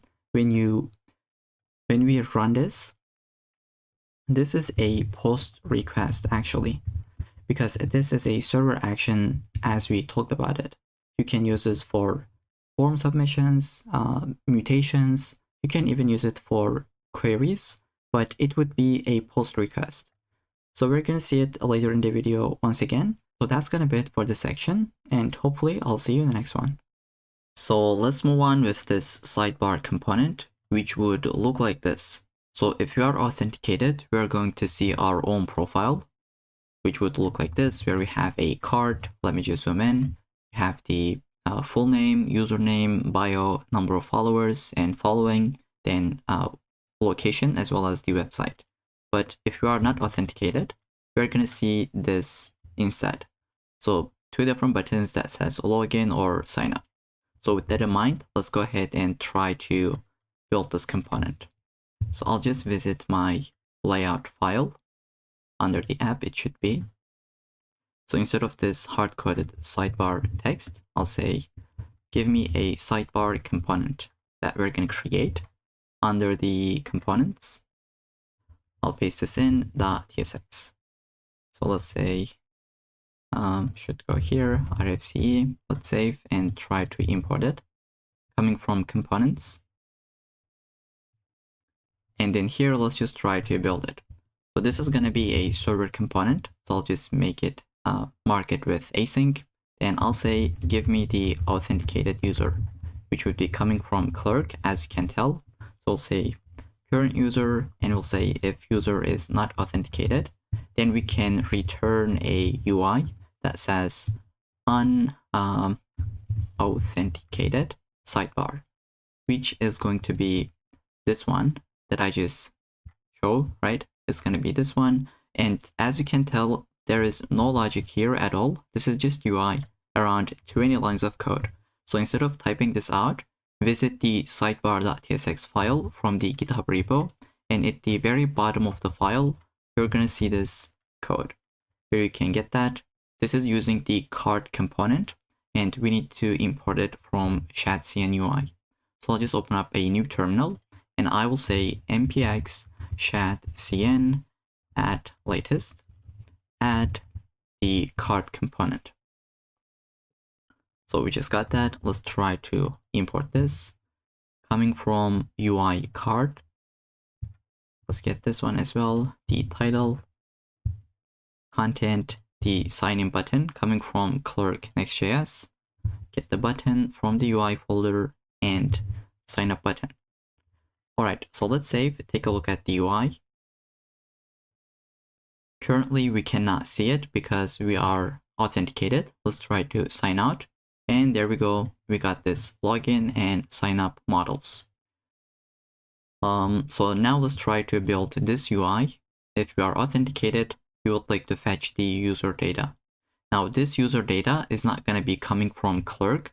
Instead, it should be coming from our database because like Clerk doesn't really store the location or the website or the number of followings or followers, right? These are going to be coming from our database, from the relations that we had. So we just need to get that data, and let's try to build an action for this. I will go into the actions folder and I will say user action, which we already have. So this was the first function that we had. Now I will try to create another one. Let's say export async function, get user, and let me just shrink the left hand side. I'll say get user by clerk ID. So we're going to pass the clerk ID as the argument, which is going to be type of string. And this is going to give us the user matching in the database. So let's say we're going to return prisma.user table. Let's find unique, where the clerk ID field is matching with this argument. We can either type it like this. Since key the value is the same, so we can just leave it like that. And then from the user, we would like to include some data. Now, what I mean, let's take a look at the schema file. From the user model, so we have things like name, bio, image, location, etc. But we also have some relations, like number of followers, following, right? But they are in a different table, right? They are coming from this model. So we would like to join those data with this one. So how can we make this happen? Where, well, there is just this field called include, and it says choose which related nodes to fetch as well. So let's say include, which is going to be an object where we would like to count the number of followers. So let's go ahead and say followers. Is this type safe? I think it should be under the select. Yep, let's say select the now followers. It's going to be true. And let's say following. True basically means select them, and we'll say number of posts true as well. So with this, now we have this data to display actually. So from the user profile, we got the number of following and followers, as well as the posts. We are going to be using it in a different component, so we cannot see it here, but that would be later in the video. Okay, so that's going to be it for this function. Pretty cool. I mean, pretty simple and cool, right? So let's go into the sidebar component and try to call this function. Then we're going to get the data and display it. So I'll say if user is not authenticated, we are returning this. But if user is authenticated, so let's try to find the user from the database. I'll say await get user by clerk ID, and we can import this server action. We're going to put the argument. Then we can say if user not found, right? We can just return null. We're not going to show the sidebar component. If you want to, you can throw an error, but this is what I'll be going with.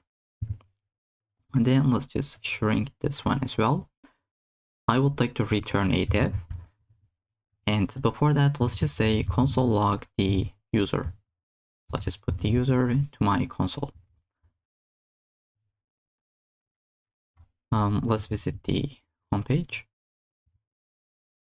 Okay, so currently we're unauthenticated. We cannot see anything in the terminal. Let's try to log in. We should be able to see that data in our terminal. Okay, there we go. This is coming from the database, I believe, right?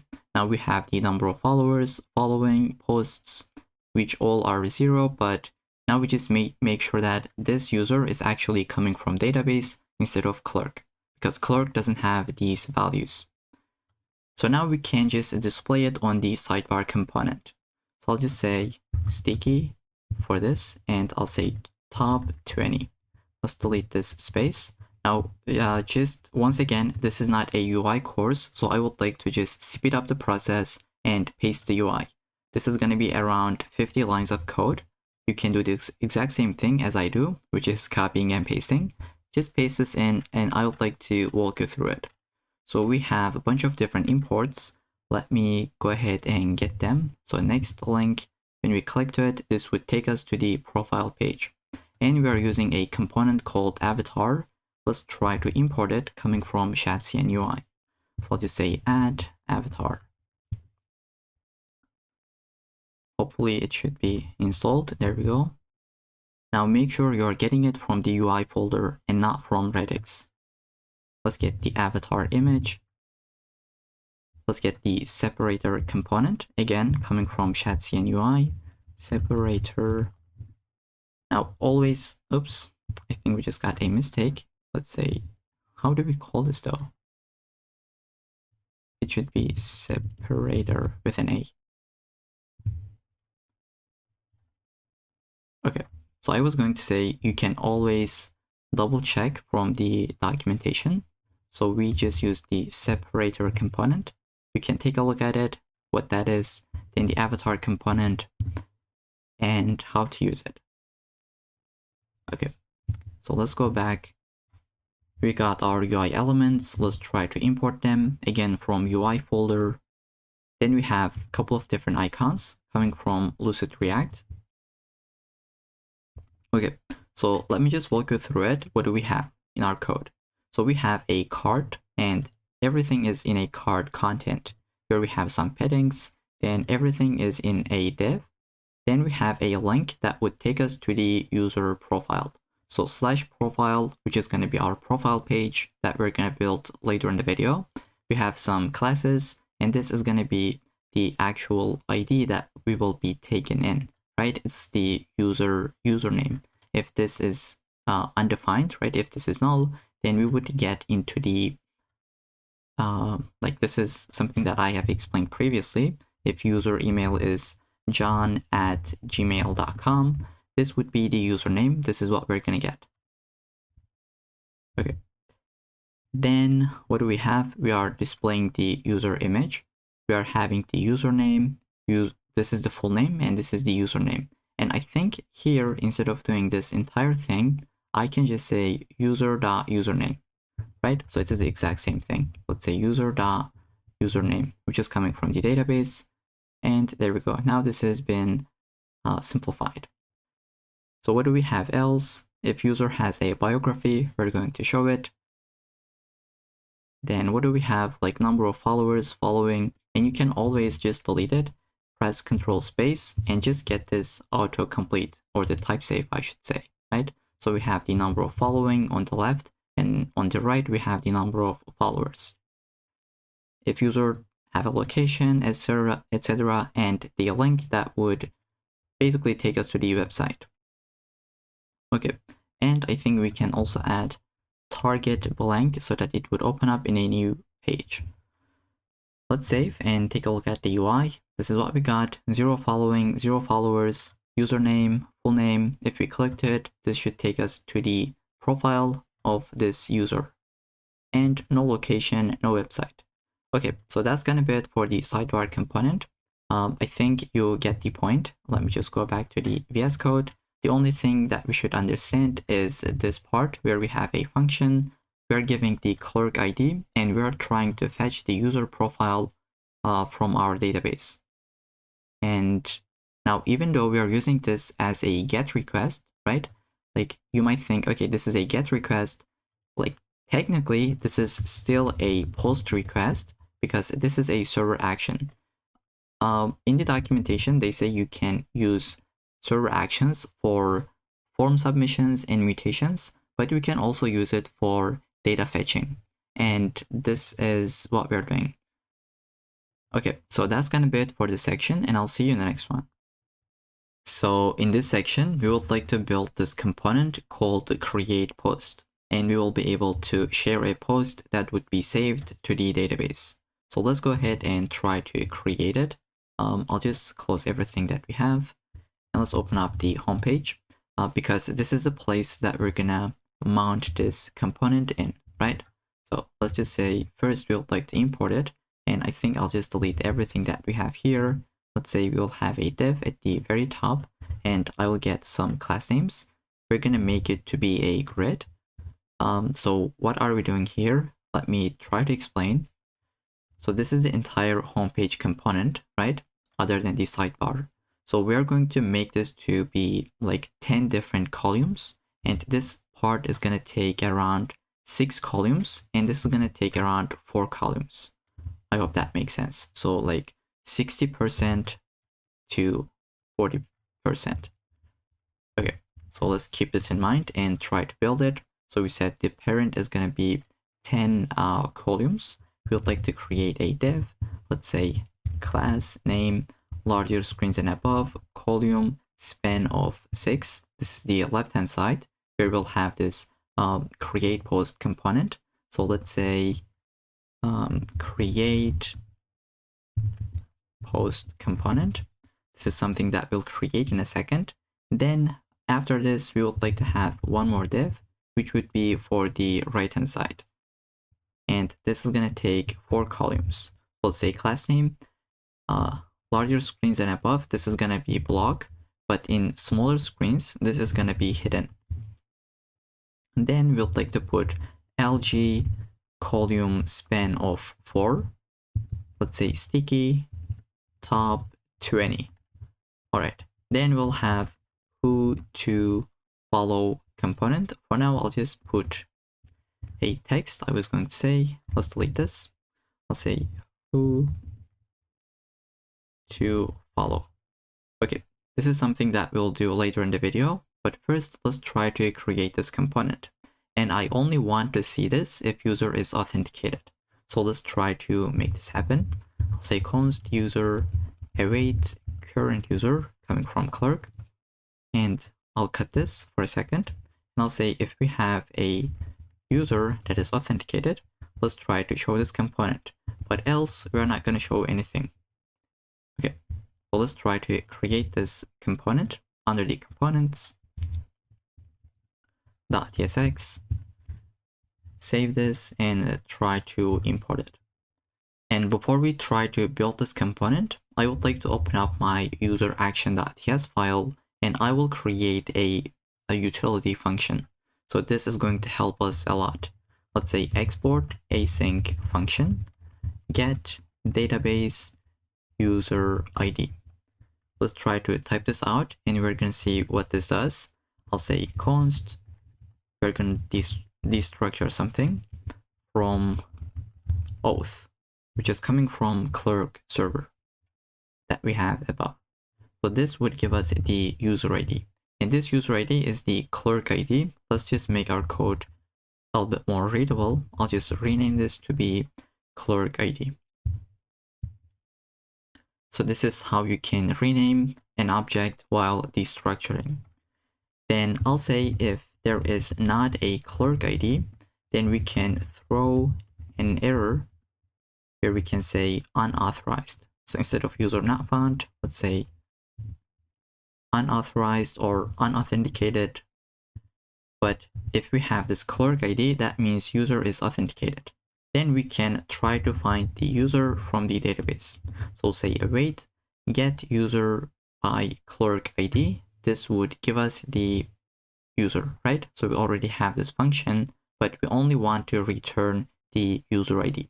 So I'll just say if there is not a user, let's throw this user not found error, but else we'll say return user.id. Okay, so now we can see this is the user coming from database, and we're just getting the ID. We're going to be using this function a lot, and once we use it, I think we are going to understand it in a better way. But basically, as I have explained this previously, Clerk and our database are two different services, and the ID that we have for the authentication is the Clerk ID, and we need to use this ID to be able to get the database user ID. and this function does that for us. Okay, so that's gonna be it for this file. Let's save and move on. So let's close this file and visit the create post component. This is gonna be a client component because we're gonna need some states and some interactivity. So let's say use client, and you cannot say async at the moment because this is a client component. You cannot use both of them at the same time, right? It's either a server component or a client component. Now I would like to just get the user. Let's use this hook, use user coming from Clerk, and this is going to give us the user field in the client. Then I would like to get the comment, I would like to get the post content, right? So when we type this in, this is the content. We need to store it in a state, and also for the image, right? We just need to keep that value in mind. So I will have this state. Let's try to import the useState. This is the text content. Then we'll have the image URL. Again, initially it is an empty string.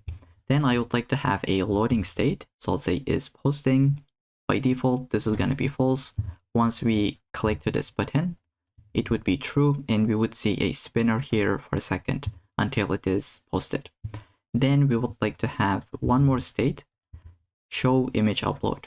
Initially it is going to be false, but when we click to this button, we would like to see a drop down. I mean, like once we click to it, here we'll see a component where we can drag and drop our images. So this is what we call a drop zone component. Okay, but more on that later in the video. Just keep this in mind. This is the state that we are storing for. Then we'll have a function. For now, let's leave it as an empty function. I'll give a little bit of space. Let's say const handle submit. So when we submit this form, we'll have this async function. Okay, and this is not going to be coming from a form, so we don't need to take the event and prevent the default. So for now, just leave it as an empty arrow function. Let's go into the return statement. We're gonna return a card coming from the UI folder, and we would like to have, let's say, class name, margin bottom of 6. Then we would like to return a card content.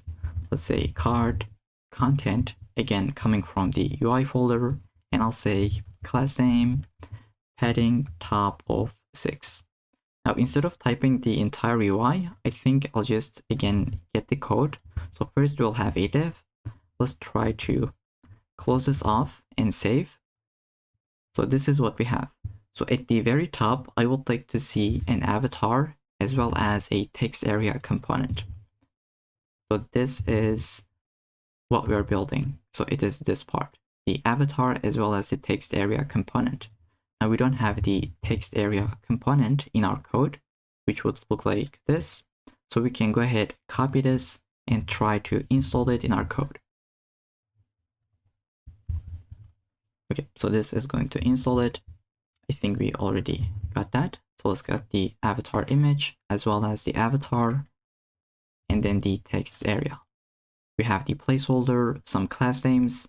We are binding the value to the state, on change, update the state, and this would be disabled while we are posting. Pretty cool and easy, right?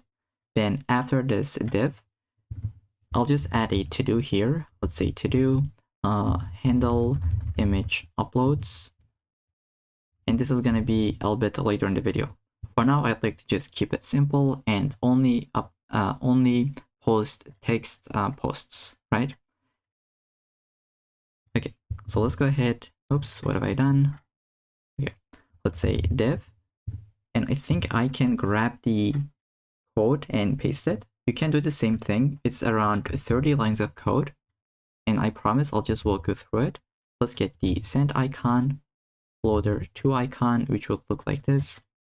Get the button, image icon, and that should be it. Okay, so we have a div that has another div at the top. So we have a button that says photo, and it has this image icon on the left hand side.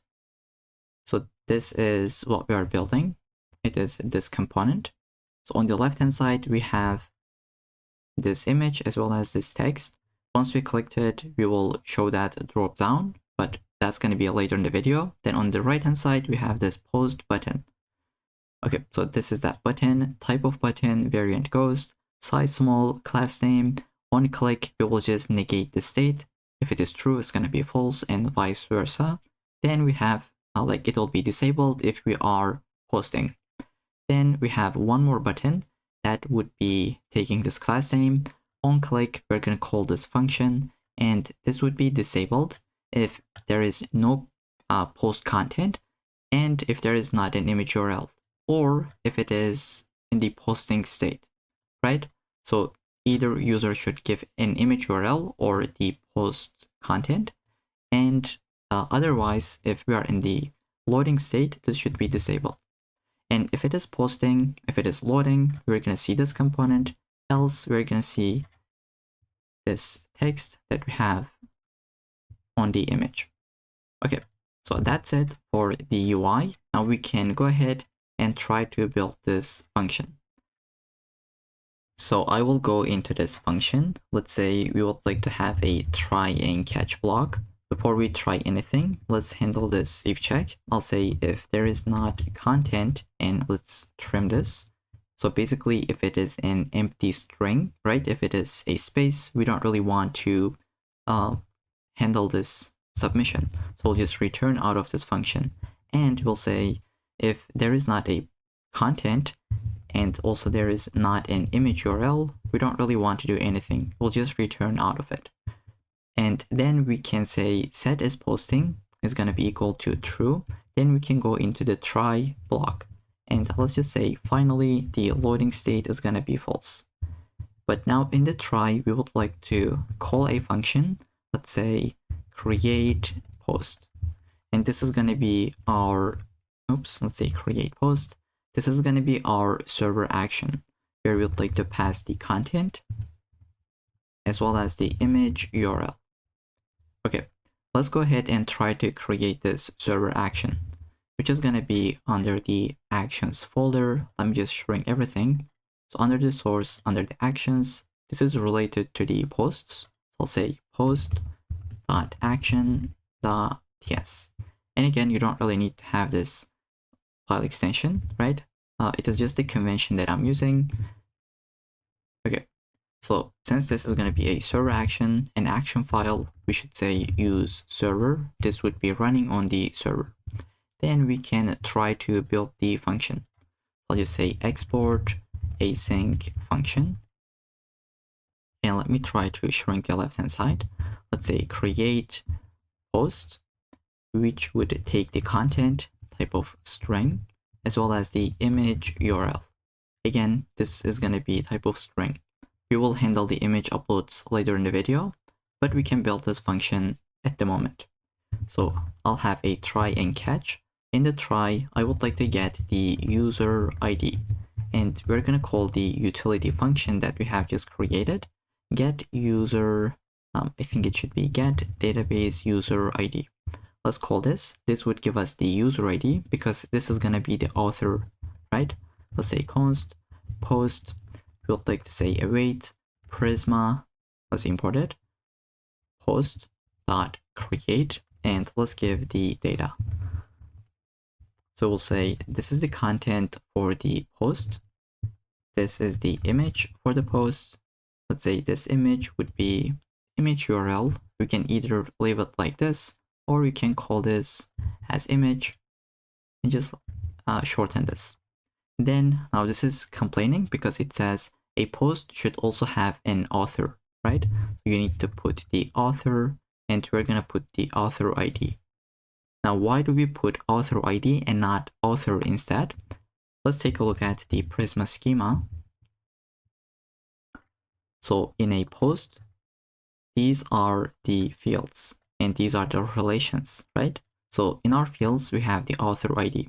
That's why we put this. So it's a type of string, but this author is the relation, as you can tell, right? So I hope that makes sense. Now we got the post, and this has been created, hopefully. We got the post, and there is a function we can call coming from Next.js. So revalidate path. And it is coming from Next.js cache, right? Next/cache. Then the path that we would like to revalidate is the homepage. Now what this does, this function allows you to purge cache data on demand for a specific path. So once we create the post, it would immediately fetch the posts in the homepage. We're going to see it later in the video, but I hope you will get the point. Let's say return success of true, and we can return the post. In the catch, I'll just put console log, and let's say return success of false, failed to create post. Okay, so this is the entire function that we would need. We are taking the content as well as the image URL. We're getting the user ID. This is the database user ID. Then we are trying to create the post with the content, image, and author ID. Then we are revalidating the path. So this is to, let's say, purge the cache for the homepage. Okay, so let's try to import this from our actions. And this is going to give us a result back. So I'll just say const result. Let's say if result is like, and you can see this is type safe, by the way, right? Result success. And why do we have, okay, this should be double S. So I was going to say, why do we have both success and success with double S? And I just realized this should be two S's. Then let's say if result is success, we can say set content to be an empty string. Same for the image URL, and set show image upload would be resetted. So we'll just say false.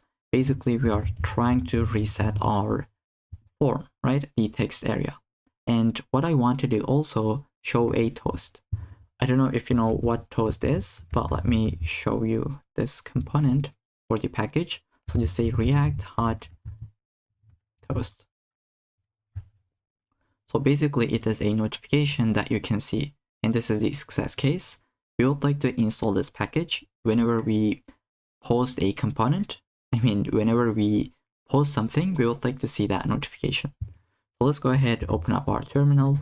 I'll say npm install react hot toast. And while this is installing, we should visit the layout, and you can put it in any place. I think I'll just put before the theme provider. Let's say toaster, just import it. And to be able to use this React Hot Toast component, we should add this. If you don't know what we're doing, say import toaster from React Hot Toast. Now we can basically say toast.success, post created successfully. If you want to throw an error, you would call toast.error. Say toast.success, and in the catch, let's say toast.error failed to create post. And this toast is coming from React Hot Toast, as you can tell. So with this in mind, let's try to test this out, hopefully, and it should be working out. I'll refresh my page, and we should be able to see this create post component. Okay, let's try to refresh.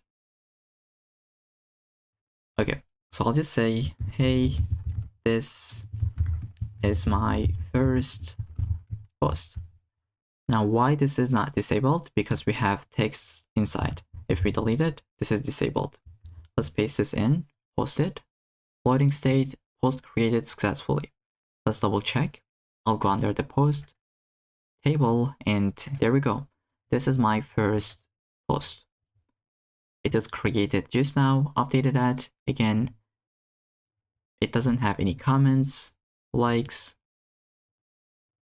or notifications, but the user, this is the user that created this post. Okay, everything is working as expected, and I don't really think if this is complicated, right? This is basically the easiest code that you can have, right? We created an action that feels like an English sentence, then we are calling it when we submit the form, right? When we just press that button, it is working as expected. Now, as I said later in the video, we will implement this functionality But for now, I just want to keep it simple and I'll leave it as a to-do. Okay, so with this, that's gonna be it for the create post component. In the next section, we're gonna build this right-hand side where we have this component called who to follow. So I'll see you there. So now we're gonna build this who to follow component.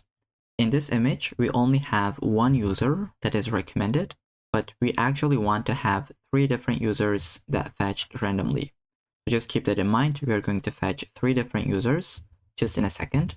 And I'd like to mention that this component will be a server component and this follow button will be a client component. So you can have the parent component as, let me just change the color. Okay, so you can have the parent component as a server component, then you can put some client components as children, right? This is what we're going to be doing. This follow button will be a client component because this would need some interactivity. When we click to this button, we would like to see something like loading, or maybe it says following. This button would be disabled, right? So we can make this to be a client component. And here we don't really have anything to interact with. It is just data that is fetched and we see it on the UI. So just keep this in mind and we can go ahead, visit the VS Code. We're going to go into the homepage. Here we have this who to follow component. Let's try to delete it. This is just hard-coded text. I would like to say who to follow. And you can also call this as like recommended users, suggested users. This is what I'll be going with. I'll copy the name. Let's try to create this component.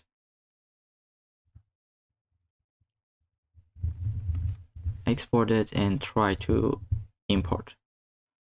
Okay, so now we can go inside. And as I said, this would be the parent component.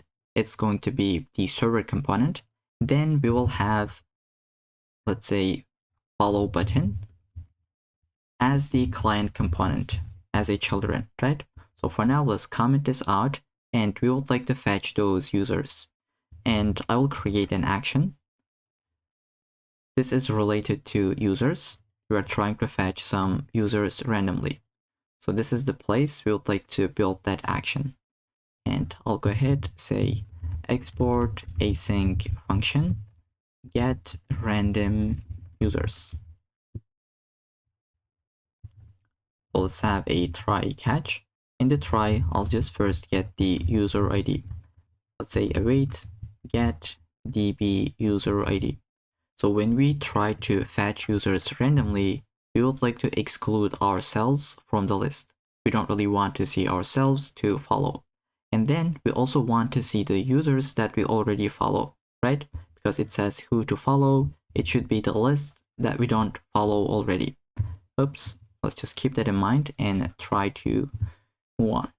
I'll just add it as a comment. So let's say get 3 random users, exclude ourselves and users that we already follow. Okay, so let's say const random users, and AI will get a little bit annoying, but let's try to see prisma.user.find many, and we're gonna put our filter as an object. So let's say where, again an object. Now I'll just put and because we'll have 2 different conditions, right? The first one is this one, exclude ourselves, then exclude the users that we already follow. So let's say and this is going to be an array where we'll have 2 different objects.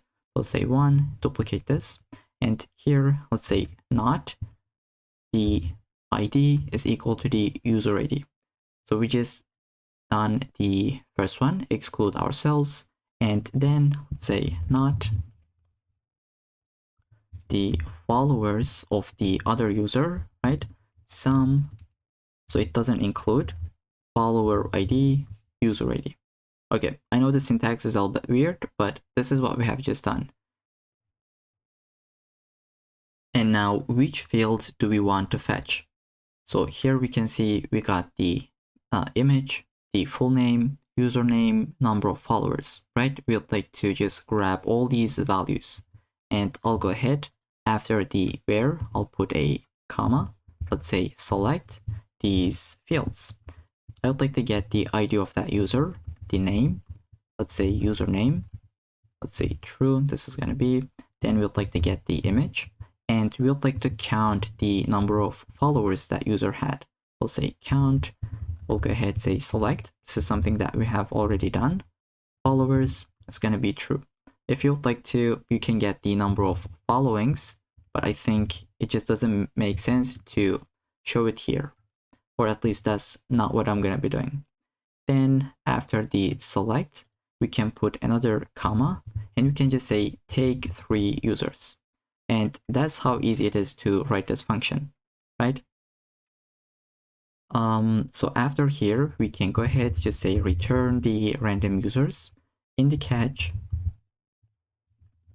let's say error fetching random users, show the error, and we can return an empty array. Okay, so that's gonna be it for the server action that we have just created. And we can try to build this who to follow component. This is gonna be a server component as we talked about it. So it's gonna be async function, right? And let's just say const users await get users, get random users, it should be. Then we'll say if users.length is 0, then we can just return nothing, so return null. And this is what will happen actually if user is unauthenticated. But then I think we can go ahead, return a card, import it from the UI folder. We'll have a card header component. I'll import this card title. It would say who to follow. And let's delete this. I would like to get the card content. So what I'll be doing is copy 30 lines of code or even 20 lines of code from the GitHub repo from this file. You can do the same thing. Let's import those and I'll just walk you through it. Let's get the imports, next image, avatar image, and follow button. This is something that we will create in a second. Let's comment this out. Okay, so we got the user's data and we are basically trying to display them. And this is type safe already, as you can tell. So username, image, and if image is empty for some reason, we will show this avatar.png coming from the public folder, right? But we don't have the public folder, I believe. Let's try to create it. And you can grab this avatar.png from the GitHub repo. This is what I'll be doing. Copy the image, paste this in. Okay, this is how that would look. And we can save. Let's try to see the output. So we cannot see anything. Why is this? Because in our database, we only have one user, which is us, and we cannot suggest ourselves. Let's try to go ahead and remove this condition. I'll go into the user action. If we delete this one for a second, we can see ourselves, right? And we can display data like image, name, number of followers, as well as the username. And let's bring this back. Okay, so we just make sure that it is actually working, but at the moment we only have one user in the database. We cannot see more than one. Let's try to build that follow button, which is gonna be a client component. So I'll go ahead. Oops, why do I go to the desktop? We'll have this follow button, which would take the user ID. So I will just try to create this component. .tsx, let's say rfce, and this is going to be a client component. Oops, what have I done? Okay, we just have a follow button component. This is going to be a client component. So let's say use client. Then we would like to get a loading state. So I'll just have use state. Initially, it would be false. And this is taking an argument or a prop, which is user ID. And let's make TypeScript happy. We say we got an user ID, which is a type of string. Then we would like to have a function. I'll say const handle follow. which is going to be an async function, and we're going to call this when we click to the button. So we'll say button, import it, and this should be button. Let's give some props like size of small. We'll have the variant of secondary. We'll have on click of the handle follow button disabled if we are in the loading state, and class name width of 20, which is around 80 pixels. Then we'll say if it is loading, let's say is loading, I would like to return an icon, loader to icon, but else I would like to show this text that says follow, and I'll say class name, let's say width of 4, height of 4, animate spin. And if you want to shorten this, instead of saying width 4, height 4, you can say size 4. It is the same thing. Okay, now let's save. This is the component that we would need, but let's handle the function. We are missing that. So we'll just say set is loading to be true initially, and we'll have try catch and finally. Finally is loading will be false. Then in the try, we would like to call a function, a server action. So I'll just say await toggle follow. And we're gonna pass the user ID, the user that we are trying to follow. And this is what we are sending, right? We are mapping through the users. For each user, we send the ID to the follow button. This is an action that we'll create in a second. Then in the catch, we can just console log it. If you really want to, you can handle it in a different way. We can even show a toast. Let's say error following the user. I'll delete the console log. Let's try to get this, and let's add a toast that says success, user followed successfully. Now we're gonna build this function, and we call this as toggle. It's because if we click the follow button, it would follow. If we click to the unfollow button, it would unfollow, as you can tell. So this is gonna be another function that we'll create in a second. So let's see, why do we have an error in this component first. So I think we need to import it. Now this should be happy with us. And we need to create this server action. And for this, I'll go into the user action. Again, it is related to users. That's why this is the place that I'll be creating it. Let's say export async function toggle follow, and try to import this function. Okay. So here, let's say we're gonna get an user ID, which will be type of string. And we can get into the function logic. So let's try to go inside. I'll say try and catch. In the try, first we'd like to get the user ID. So await get DB user ID. Then we'll like to just check if we are trying to follow ourselves, right? We'll say if user ID is equal to, I think we should call this as a target user ID. Otherwise, it's going to crash with this name. So I'll just say target user ID. So the user that we are trying to follow or unfollow. If this ID is equal to the target ID, we can say throw a new error, you cannot follow yourself. But else we can just try to follow or unfollow. So I'll just say const existing follow, and if it is existed, we're going to try to unfollow, right? Let's just try to type this out. I think this will make sense in a second. Let's say await prisma.follows find unique, and we can put our where clause. Now, if you remember in our schema file for the follows, we have created this ID, right? Where we have follower ID and following ID. Now, by using this, we can add our where clause. So the first is follower ID, then the following ID. So we'll say where follower ID and following ID. As we can tell, this is type safe, and this is separated by underscore by default. So let me just try to show this once again. Here it is separated with comma. This is how we type this out. Then by default, by Prisma, this is separated by underscore. Okay, So with that in mind, let's try to put the follower ID, which is us, the current user, and then the following ID is the target user. Okay, so if this existing follow existed, right? We'll say if existing follow, that means we are trying to unfollow, right? We'll just say unfollow, but else, that means we are trying to follow. Okay, let's try to handle this first.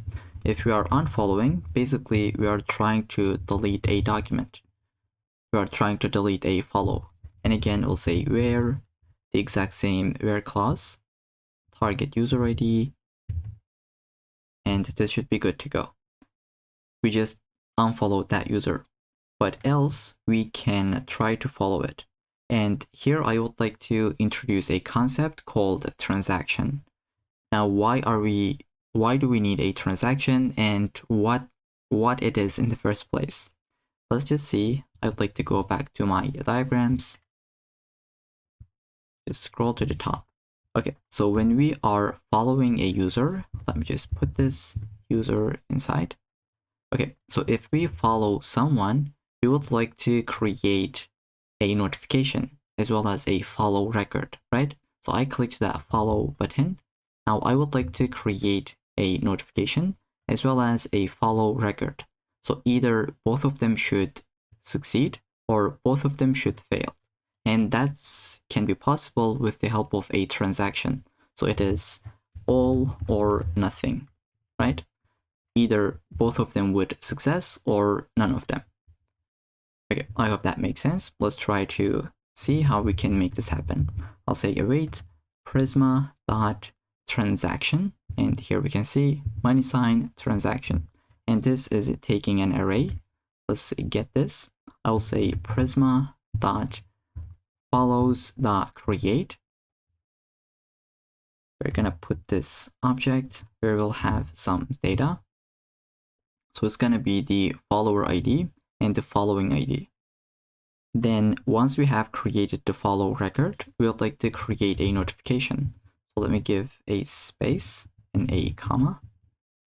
Then prisma.notification.create. Let's close this off. And this is going to be taking the data as well. Let's say we are going to have the type of the notification, which will be a follow type. Then the user ID. This is who is getting followed, right? Let me just say person, or let's say user being followed. And then the creator ID, the notification creator, right? This is the user that is following. Okay, so that's kind of it for this function where we have handled the if and else statements. Then at the bottom, we can just go ahead, say return success of true. And in the catch, we can say console log the error, as well as I think we can just say return success of false, as well as the error message. Okay, it could be error message or error toggling follow. Okay, so once again, transaction is this idea of either succeeding all of them or none of them. And here in this case, we have two different operations to do to create a follow as well as creating a notification. If this one fails, this should also fail. If this one fails, this one should also fail, or both of them would succeed. Okay, so with that in mind, that's gonna be it for the function, and we are calling this already.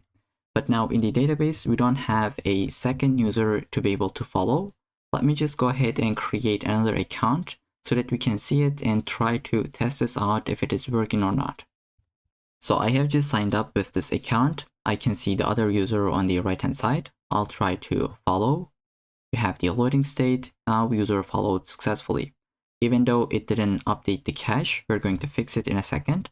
Let's try to go back to the database and just see the follows. We can see we got a follow record. This is the follower, this is the following, and we have two different users associated with it. right? This is the one that is being followed. This is the one that followed that user. Okay, now why it didn't update the UI when we click to that button, right? And how can we fix this? Well, we'll go into the user action. Just before we return, we can just fix the cache, right? Revalidate that. We'll say revalidate path, and we can handle the homepage. Let's save and try to go back. Let's test this out. Now from this user, I'll try to follow this one. And as we can see, the current user just got a follower. I'll try to follow this. We have the loading state. User follows successfully and UI has been updated immediately. And this part is also updated. Okay, so I think and I hope that makes sense. We have just handled this follow and unfollow functionality. Even though we haven't tested out this one, this is what we're going to be doing later in the video. We will have this unfollow button in the user profile. So I promise this is working already, and we're going to test this out later in the video. With that, that's gonna be it for this section, and hopefully I'll see you in the next one. So let's move on with the homepage, where we can fetch posts, display them in a card, where we can see the post content, the author, and we'll have some actions, such as deleting the post. If we are the author of the post, we can like and comment on posts. And currently, in the homepage, we don't really do anything. So let's go ahead and try to build our functions to be able to fetch posts. So this is going to be in the homepage. First, let's visit this component.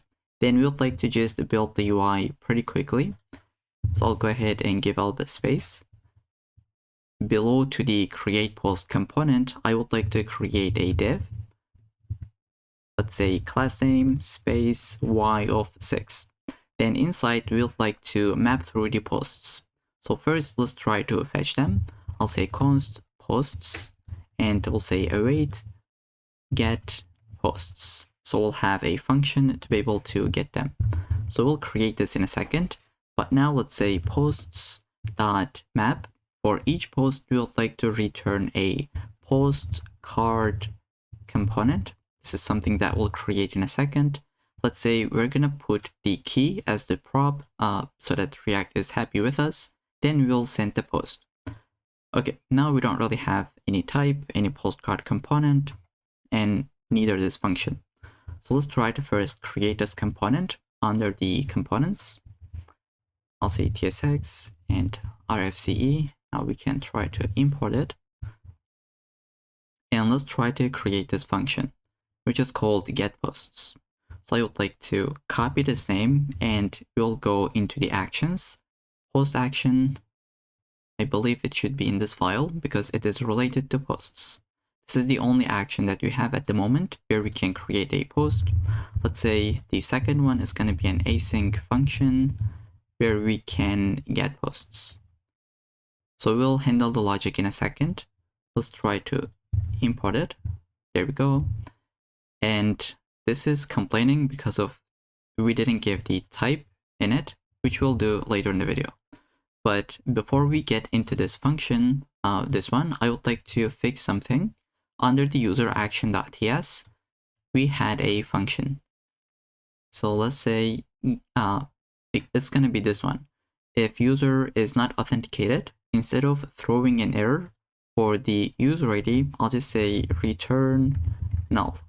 So this function will either get the user ID or it'll return null if user is unauthenticated. So now we have some errors. Let's try to fix them. Here it says this user ID might be null, so I cannot run this filter, right? This where clause. So we'll say if there is not user ID, just return an empty array for the random users. So that was the first fix. And then here again, we have another error. It says this might be undefined or null. So let's say if user ID is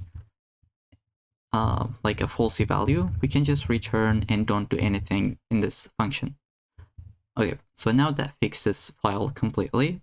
And we had another error. It says this user ID might be null. So let's say if there is not a user ID, we can just return and don't do anything. if you want to, you can return this success false, but I'll just go with this return statement. Okay, so with that in mind, let's try to build this function.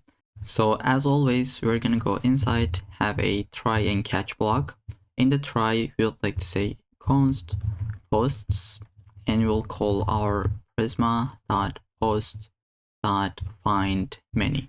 Then we'd like to put some arguments inside.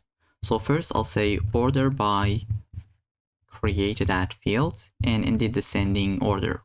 So we would like to see the latest post at the very top. So let's see. So this is the latest post, and we would like to see this at the very top in the homepage.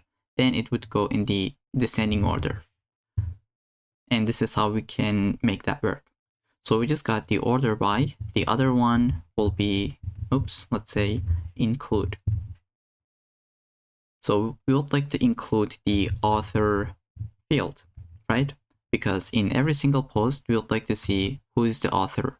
And from the author, we would like to select the, let's say, name, username, as well as the image.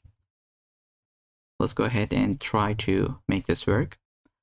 So in author, I'll say select these fields. So we can get the ID. I'll say true. Maybe we don't really need to get the ID. If you don't want to, you can delete it. You can get the name. We'll be using it. We'll get the image as well as the, let's say, username. Okay, so that's gonna be it for the author. Then we would like to get the comments information as well, right? So let's just take a look at the schema. So for each post, we will have some comments, but this is a relation. So we need to go ahead and include those fields. So each comment will have, let's see, comment will have an author, right? We need to fetch the author information. So with that in mind, let's try to shrink this. After the author, we will put a comma and we'll say we would like to include some comments information as well. So we'll say comments include the author field. I accidentally imported the auth, but I just Control Z. Then I'll say author. We would like to get, let's say, select these fields. We would like to get the ID of the author, username, let's say image, and let's say name. So these were the fields that we just fetched, and let me just put the comma. So these are the fields that we selected. It is the author, but for the comments. And this one is for the post creator, right? The author. And once again, if you don't want to, you can delete the ID. I'll just leave it here. Maybe we would need it. And then after the comments, we can go ahead and fetch the likes. So I'll just put a comma. Once again, I'll say likes on this post. We would like to select the user ID. Let's say true. So we will be using this user ID on the like to check if we already like the post or not. So let's see, we fetch this post. From the likes, we will just check if we already like this or not. If we already liked, this would be filled, right? And the number would be, let's say 1, but else it would look like this. Or let's say maybe it has 100 likes, right? But this would not be filled because we didn't like it. Okay, and for the comments, I think I forgot to sort them. So I would like to say order by, let's say created at. This is gonna be in the ascending order because we would like to see the latest comment at the bottom. So that's why here we said ascending and here we said descending. When fetching the posts, we would like to see the latest post at the very top. And for the comments, we would like to see the very latest comment at the bottom. And this is how it works really in social media applications nowadays. Then after the likes, finally, we'll just count something. So let's say count, select. Once again, we'll say select the number of likes on this post, as well as the number of comments. Okay, so that's gonna be it for the entire, let's say, where clause or the filters that we just added. these are the things that we just want to include. And finally, we'll go below, we'll say return the posts, and we can handle the catch. I'll just say console log, this is for the development for logging, let's say error and get posts, and we can throw a throw an error, failed to fetch posts. Okay, so that was the entire function that we would need. Now we can call that get the posts, and if you really want to, we can console log it before we try to display them. Let's open up the terminal. Here we can see we have a post. Let's try to create another one. This is my second post. Let's post it. Post created successfully. UI has been updated. We have 2 posts, and we can see it from the terminal. We just got both of them, right? And it should be in the database. Now we can go into the post card component and hopefully build that component. And this is going to take one more prop, and we'll see why. So this is going to be getting the DB user ID. We'll say await get DB user ID and call this. We would like to pass this as a prop. Let's say DB user ID. Okay, so we'll be using them. Now let's visit the postcard component, and we can start by getting those props. So we're going to get the post as well as a DB user ID. And let's make the TypeScript happy and be aware of it. We'll say post. This is going to be a post type coming from Prisma client.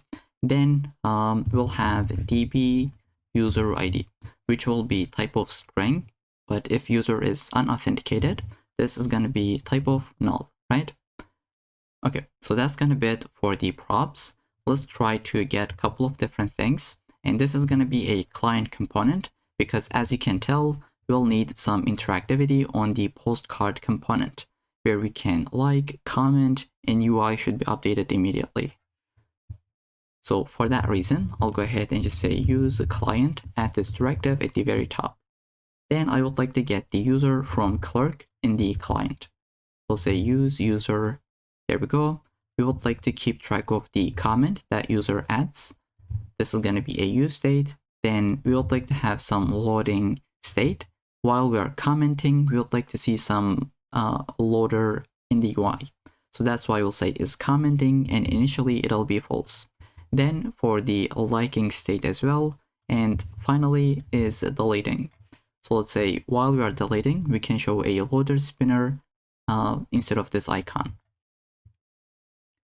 And we can check if this user has liked the post. I'll say has liked, set has liked. Initially, let's say this is going to be use state of false. And just one more state that we can have for the number of likes. So I'll say likes, set likes, use state, and we can say post dot count. So we cannot get that from here. We'll just fix it in a second. Let's say we'll have post dot underscore count dot likes, because this is the actual count that we are trying to fetch, right? We just said that we would like to include the number of likes count as well as the comments, but this is not type safe for some reason, right? So how can we make this happen? Instead of getting the post from the Prisma client, we can create our own post type. So I'll just say first type posts.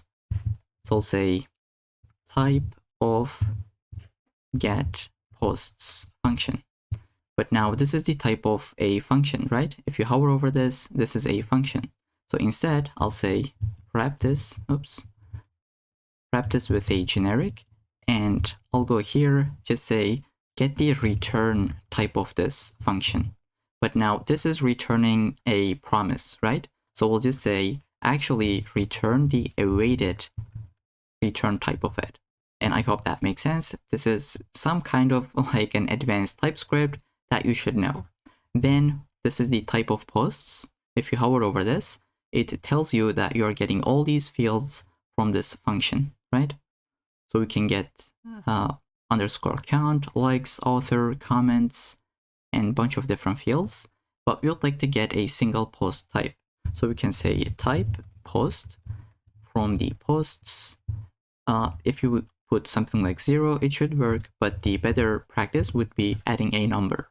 So basically, we are extracting a single post in a type. Now we can see this is type safe. Post, let's say, so we got the count, comments, author ID, author, just everything, right? And by saying everything, I say everything that this function actually returns. And I hope that makes sense. So we get the type of getPosts function, and specifically the return type of it, and the awaited type of it, because this would return some promise. We'd like to get the awaited type. I hope that makes sense. So that means we just got the number of likes on a post.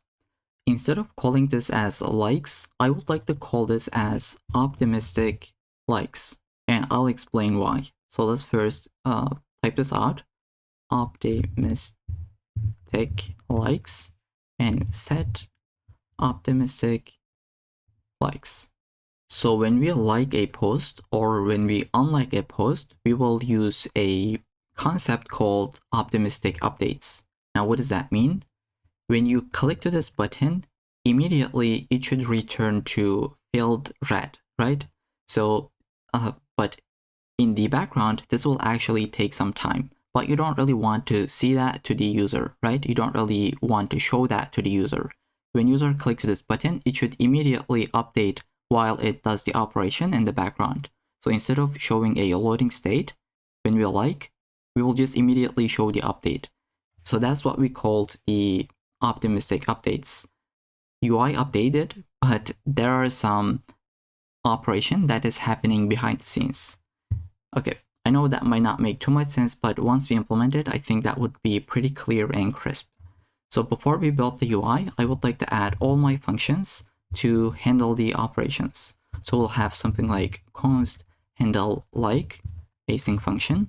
We'll have const handle add comment, again an async function, then const handle delete post, again async function. So let's start with the handle like function. So first I'll say if you are in the loading state, let's just return out of this function. So if user clicks to this button twice, it should not do anything in the second click, right? So that's why we'll just say if is liking, return out of it.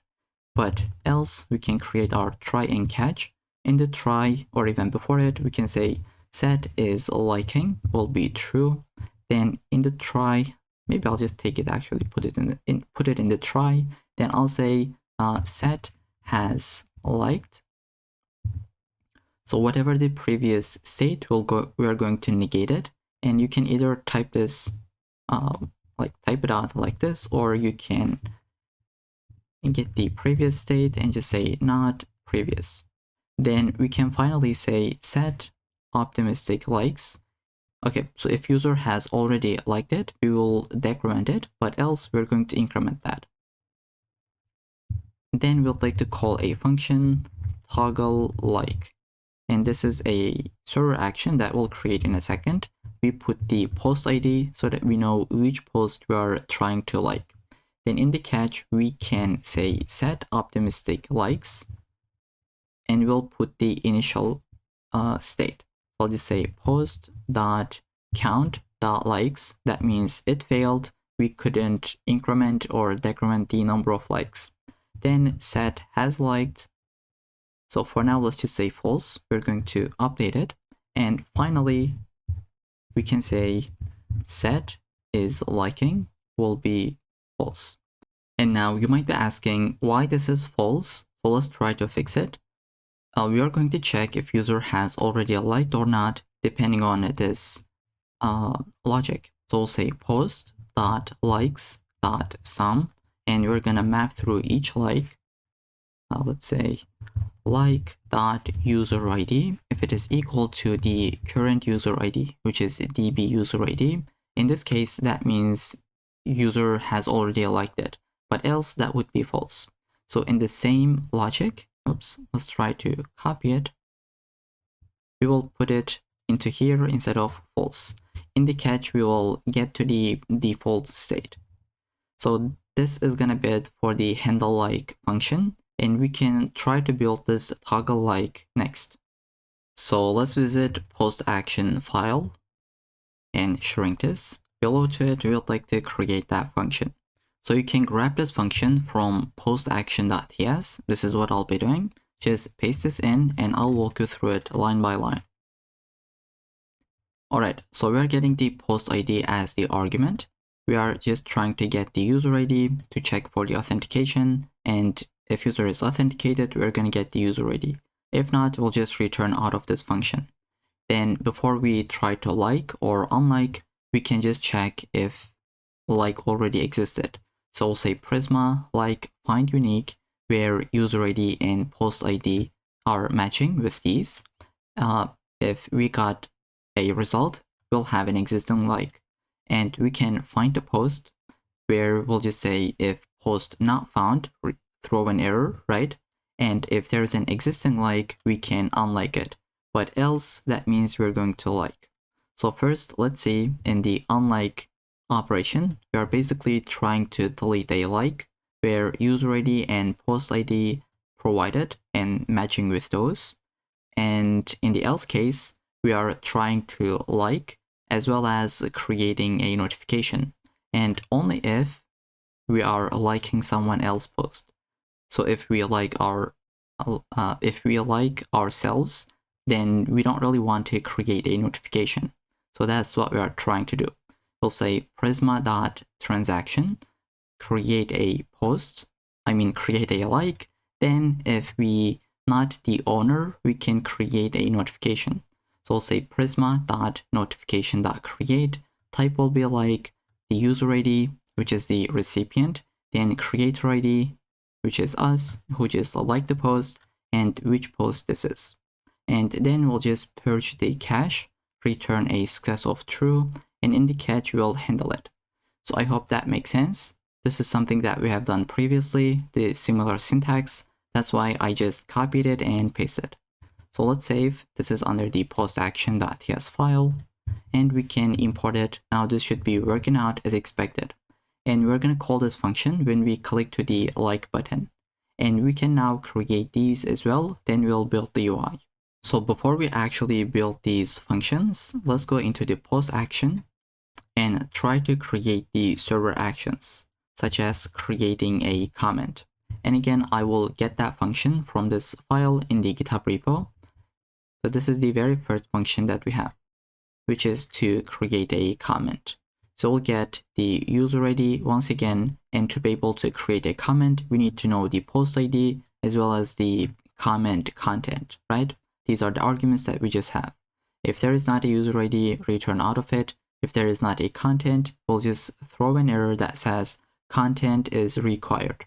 Then we can find the post that we are trying to comment on. Then if there is not post not found. But if we have the post, we can try to create a transaction where we would create the comment and then we would create a notification. And again, we would only create it if we are commenting on someone else's post, right? So we'll just say type will be comment, user ID, creator ID, post ID, as well as the comment ID. And finally, we'll just purge the cache, and this could be either the home page. I think we don't really have the posts page. This is, I just made a mistake. This should be the home tag, right? The home path. Then we'll just return success of true, the comment. And in the catch, we can say successful false and the error itself. So that's gonna be it for the create comment function. The very last one we would need to delete a post. So I have just copied that function as well. Let me paste it. This is actually pretty simple. We will get the user ID and we'll find a post. If post does not exist, throw an error. And if we are not the owner of the post, we'll say you cannot delete it. You don't have the delete permission. But else, that means we can delete the post, where we delete that and purge the cache once again, right? Let's say purge the cache so that it would update the UI immediately. Then handle the errors. So that's kind of it for this function as well. We can close this and go back into the postcard and try to implement these functions. So let's try to speed up the process a little bit. We'll go into the handle add comment and we'll say, let's handle the edge cases. If we are commenting or if there is not a comment, we'll just return out of it. We are not going to submit this function. But else we can create try, catch, and finally blocks where we would like to set the state to be true. Then we will try to call this function, import it, and if it is successfully done, we can show a toast of success that says comment posted successfully and reset the state. In the catch, show an error toast, and finally loading state would be false. Let's do the same thing for the handle delete. I think I'll just paste this in. So I have just copied that. Let me paste this in. If it is deleting, we'll return out of it. Set the loading state to be true. Call this server action, pass the argument. Then in this success case, show a toast, else throw the error, catch it, show a toast, finally set the state to be false, which is for the loading state. So that's kind of it for our 3 different functions. I hope that makes sense. Now we would like to build the UI. The reason that we built these functions first, so that we can just build the UI pretty quickly. We have the entire logic to be able to make this entire component work out of the box. So I'll just say card. This is going to be a postcard. So I'll just wrap them with a card. And this is going to get a class name. Let's say class name of overflow hidden. Then we would like to go inside, have a card content component. Let's try to import it. And this will have a div. This is going to take class name padding of 4, smaller screens and above. The padding would be incremented by 2, so it'll be padding of 6. Then class name space y of 4, let's say. Then we would like to put a div. Class name, let's say flex, space x of 3, and smaller screens and above, space x of 4. If you don't want to put the space x, you can say gap of 3, and smaller screens and above, this could be gap of, was it 4? Let me just go back. Okay, it was 4, but I think I'll just go with space x. I don't know, like let's just go with that. Then let's delete this extra space. Then inside the div, I would like to put the avatar component. So I would like to copy it, paste it, import the link from next link, get the avatar once again from UI folder and the avatar image as well. So this is the component that we are trying to build. It is this part, right? When we clicked it, it should take us to the user profile page. So that's what we're doing, profile and post author username. So after this link, I will go ahead and put a comment. Let's say post header and text content of the post. So I will grab the content from the Git repo. You can do the same thing, just paste this in and I'll walk you through it. Now this function is going to be coming from a package. Let's go ahead, open up our terminal, and I'll say npm install date-fns. So this would give us some functions so that we can really format our dates. And let's try to import it. Looks like we cannot get it. So I'll say import format. I think it should be distance to now coming from date-fns. So we have this handle delete post function that we have just created. When we click to this delete alert dialog, we're gonna call that function. And this is a component that would look like this. When you click to this delete icon, you're gonna get to see this dialog where we can delete it or cancel the process. And there is this dialog component from Shadcn, so which would look like this, but in our case, we would like to use the alert dialog, which would look like this. So just keep both of them in mind. Let's try to import this one. We'll be using it. I'll paste this in. Alright, so just a quick pause. While I was editing the video, I have realized you might get this warning when you are trying to install alert dialog. So in this case, you can press Y or N, it doesn't really matter. In my case, I'll just press Y and it would go ahead and try to overwrite the button, and it is not really important because we haven't changed it anyways. So just keep this in mind and let's move on with the tutorial. And while it is trying to create it, we can try to get this component. So go under the source, under the components, create this .tsx file, and you can copy this entire component from the GitHub repo. This is what I'll be doing. So it has no logic at all, just the documentation components where we have the title of the alert dialog, the description, and on click we are calling the onDelete function and handling the loading state. And these are the things we are getting as a prop.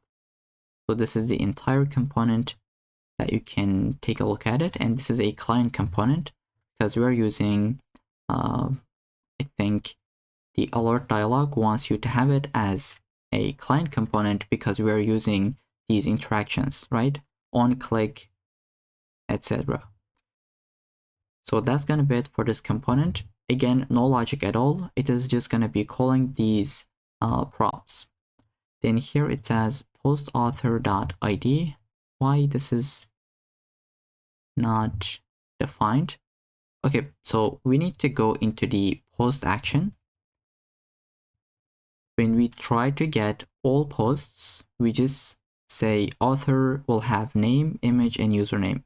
But we also need to get the ID so that we can check the owner of the post, right?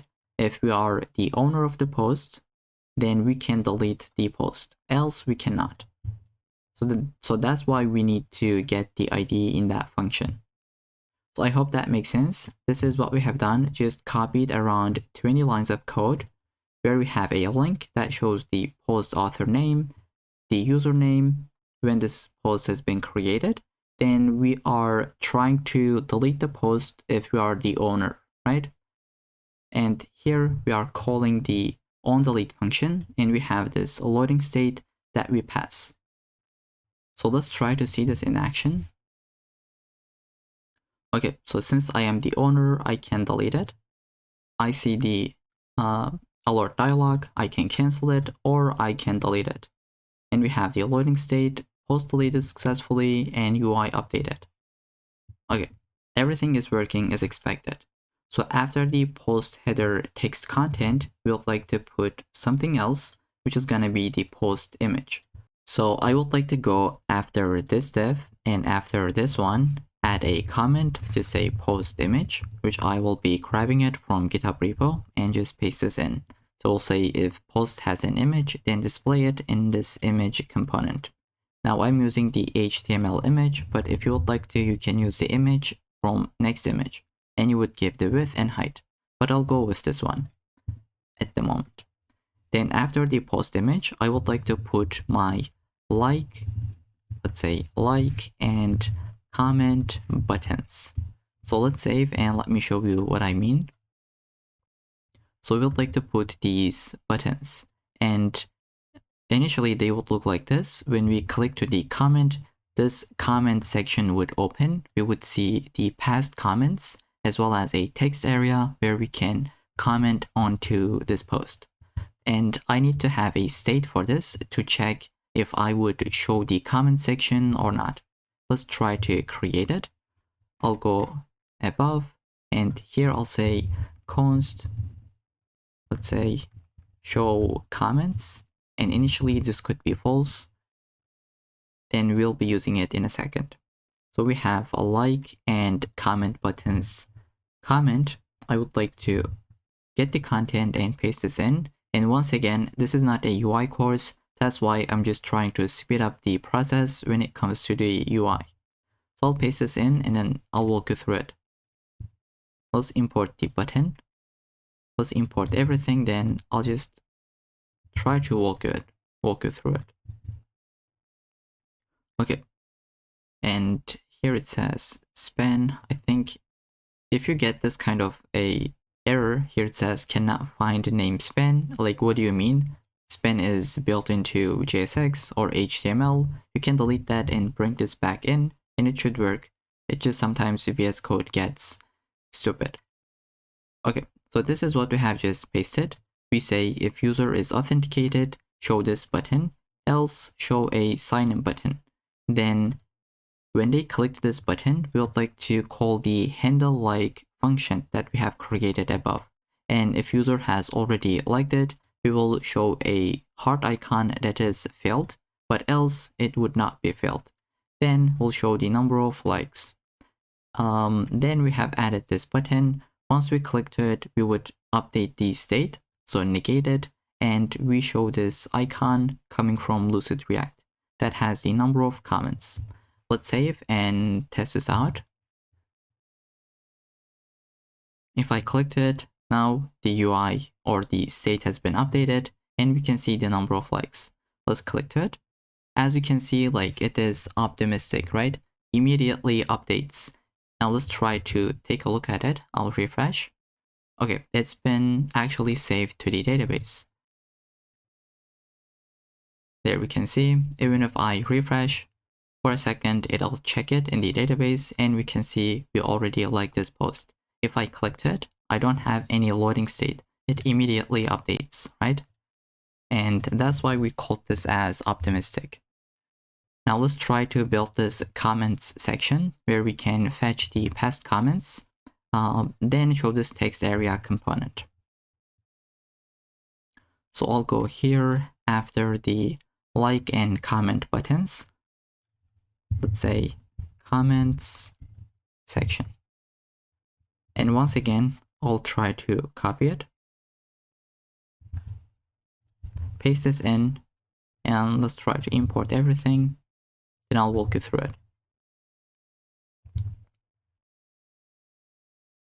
Okay, so we say if show comments true, then we'll like to render this part where we'll like to display the comments, right? We say post.comments. For each comment, show the avatar, the author username, the author name, and when this comment has been created, formatted, then show the content, which is the comment itself.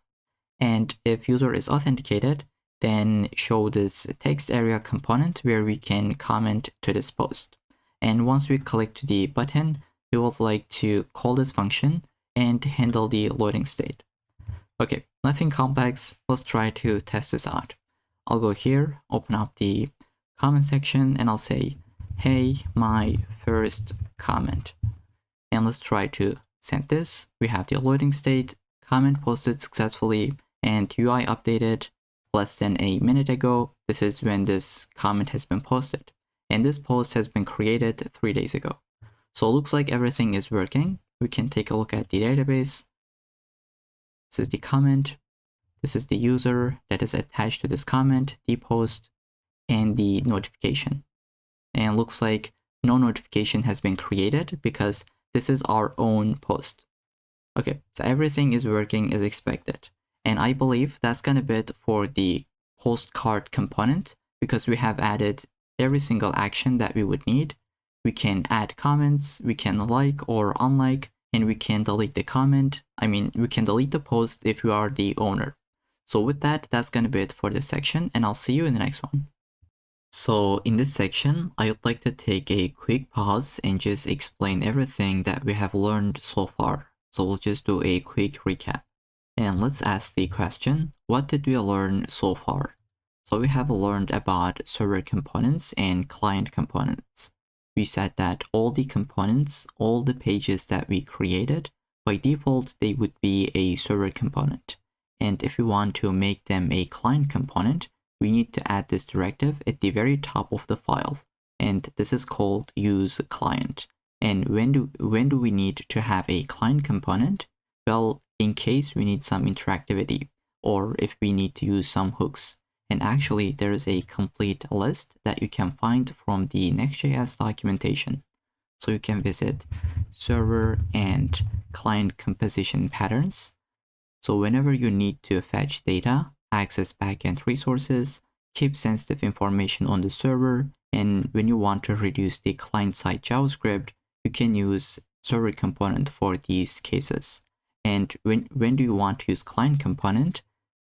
When you want to add interactivity and event listeners, such as onClick, onChange, etc. And when you want to have some states and lifecycle effects, such as useState, useReducer, useEffect, or really just any custom hooks that you would need. And also, the browser-only APIs should be in a client component, such as local storage. So local storage does not work in the server, it would only work in the client because it's a browser-only API. And for the class components, you need to use the client component. So just keep this list, this table in mind whenever you need to check back. This is coming from the documentation. And then we learned Next.js has file system-based routing. So if we want to create a route, we would create a folder and then a special file in it. So we would go under the app, create a folder, and then we would create the page.tsx file in it. And by default, if page.tsx is in the app directory, right? If it is in the root, this would be the home page. Okay, so that's one more thing that we have learned. Then we learned about server actions, which are functions running on the server, and they would be a post method. Then we are going to learn the route handlers. This is something that we haven't learned, but we can do. So let's say route handlers. Just have this open, we're going to get there.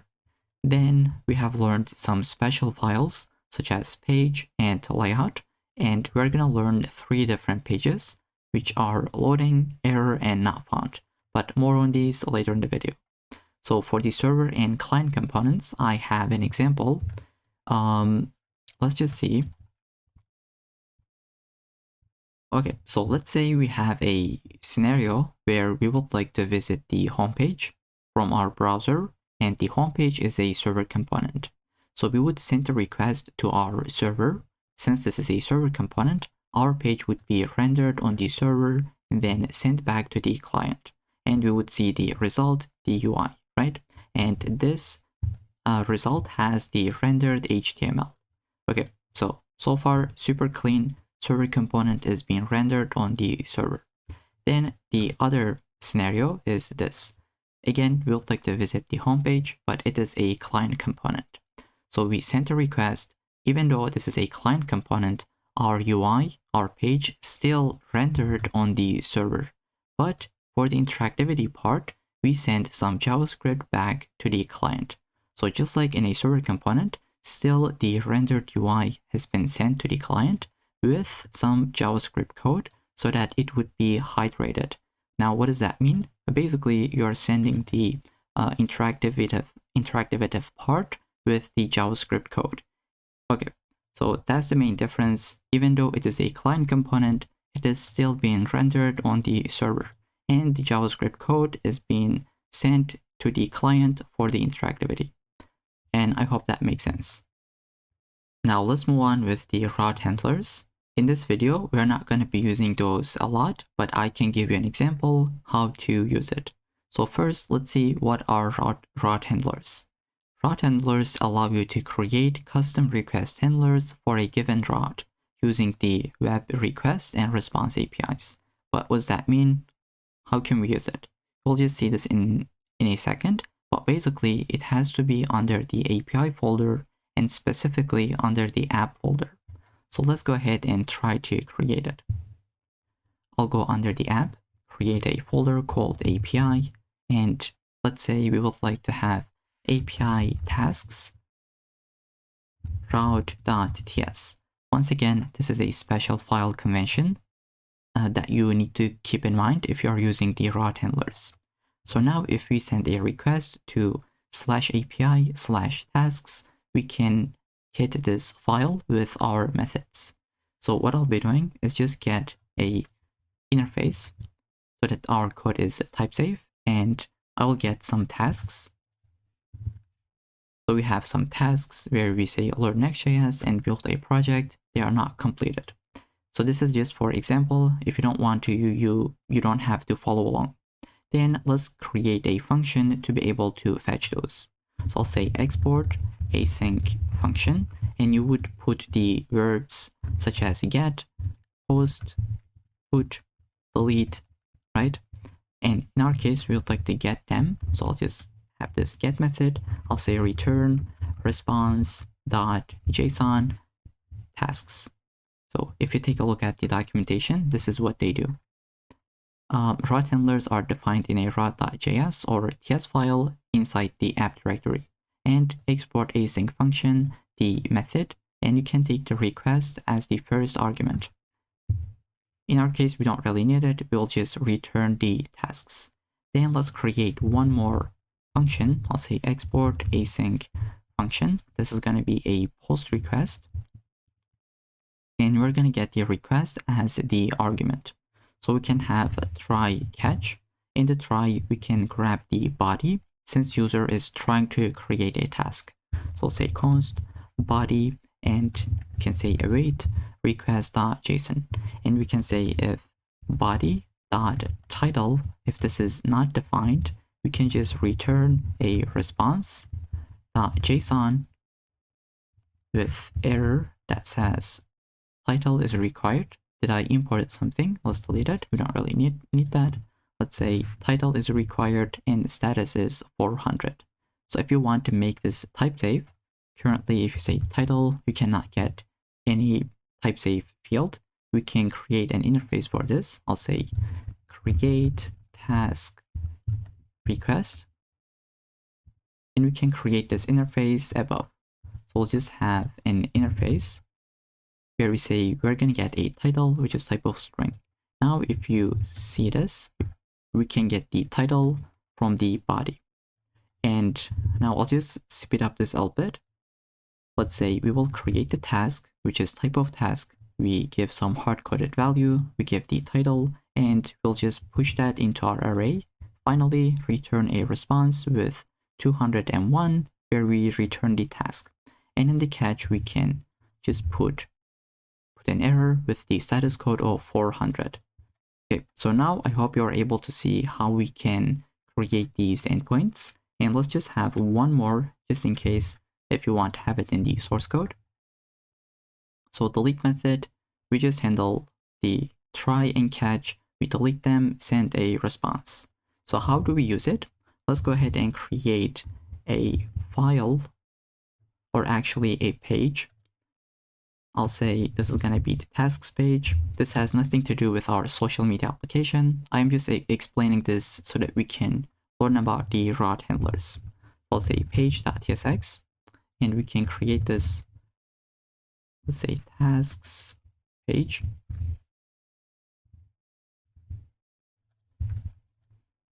Now let's say we would like to fetch these tasks. So with a get method, we can go ahead, mark this with async. Then we can say const response. You can say await, and let me close the left-hand side. Say fetch localhost 3000/API/tasks, because this is the endpoint that we have just created, right? API tasks, and it is a get method. We can say const tasks await response.json, and we can just console log it. Oops, let's just say tasks. And this is running on the server, right? Not in the client. Let's open up the terminal and visit the tasks page. So I'll go here, visit /tasks.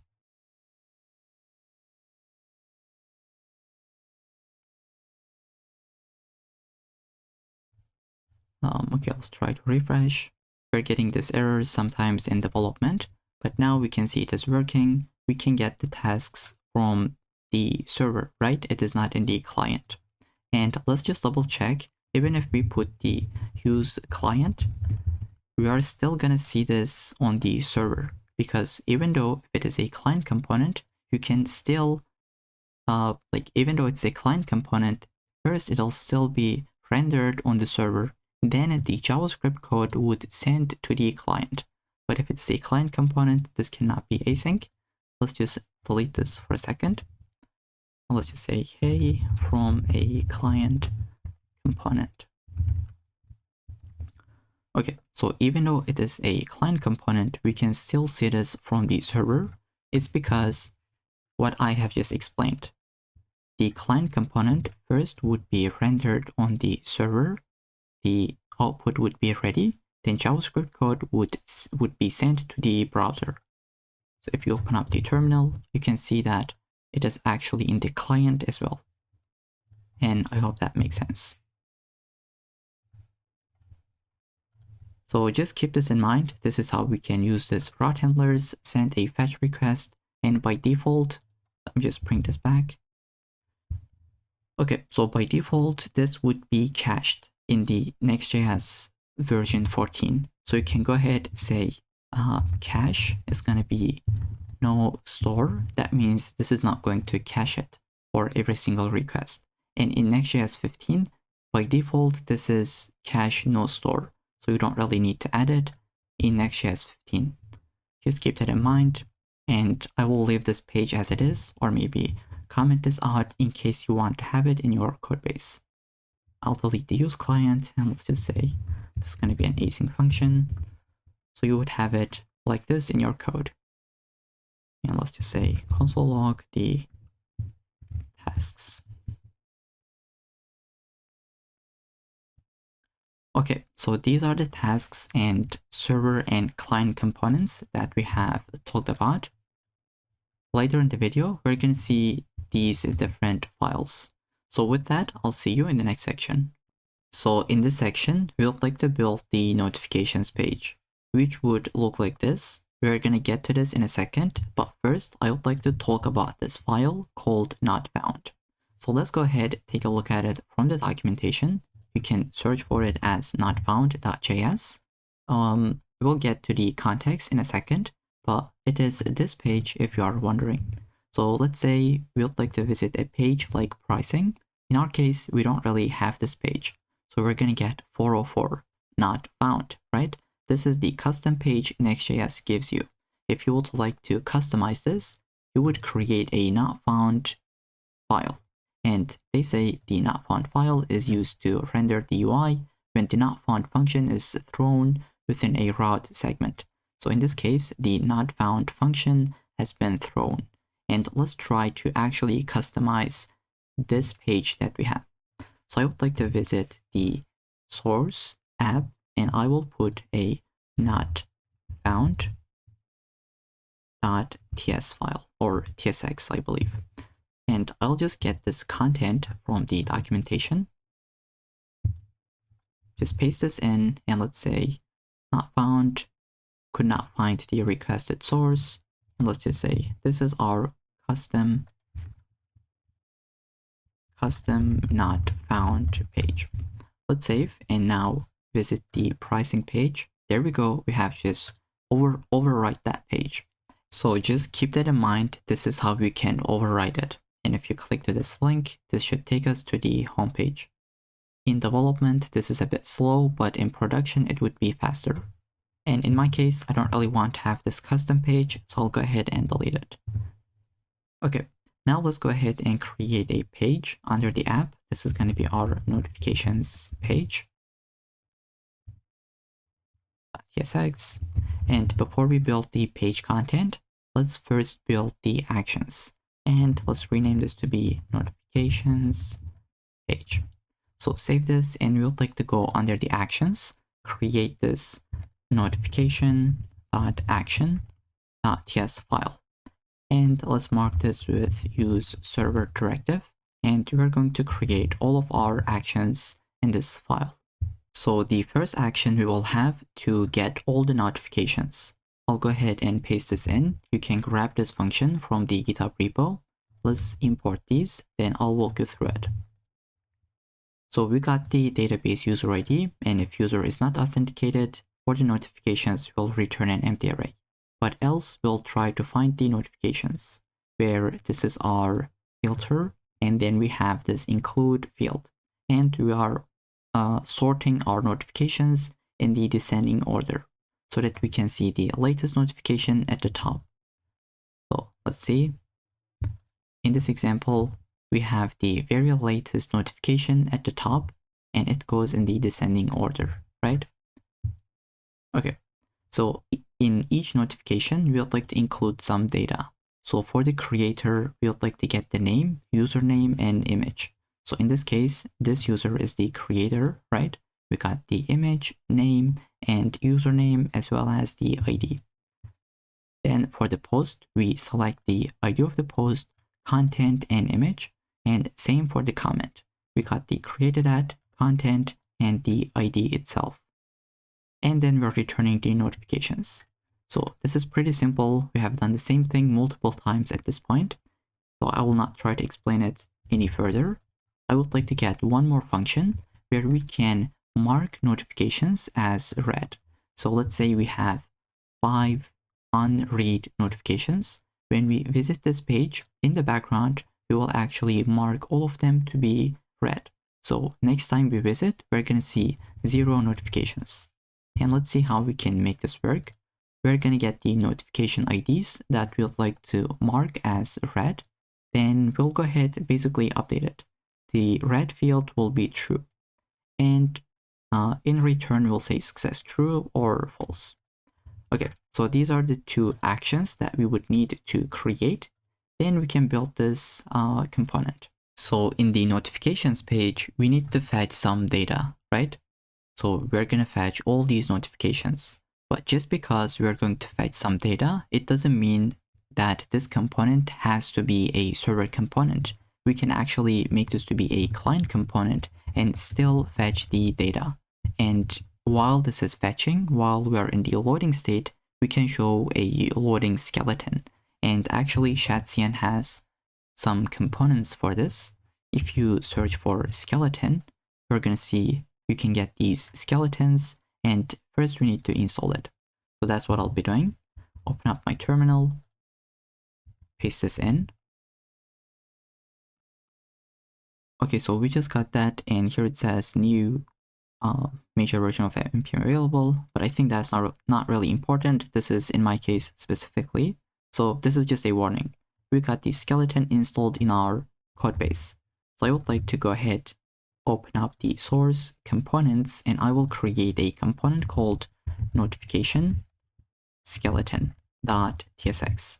And since this is UI only, I will go ahead, visit my GitHub repo, and just paste this in. 40 lines of code, which is specifically UI, right? And we need to get this scroll area component as well from Shadcn. Let's see.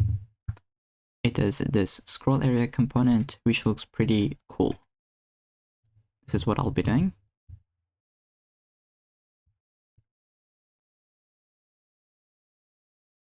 So it is installing, and there we go. Now this is complaining. If you wait a little bit, it should update. There we go.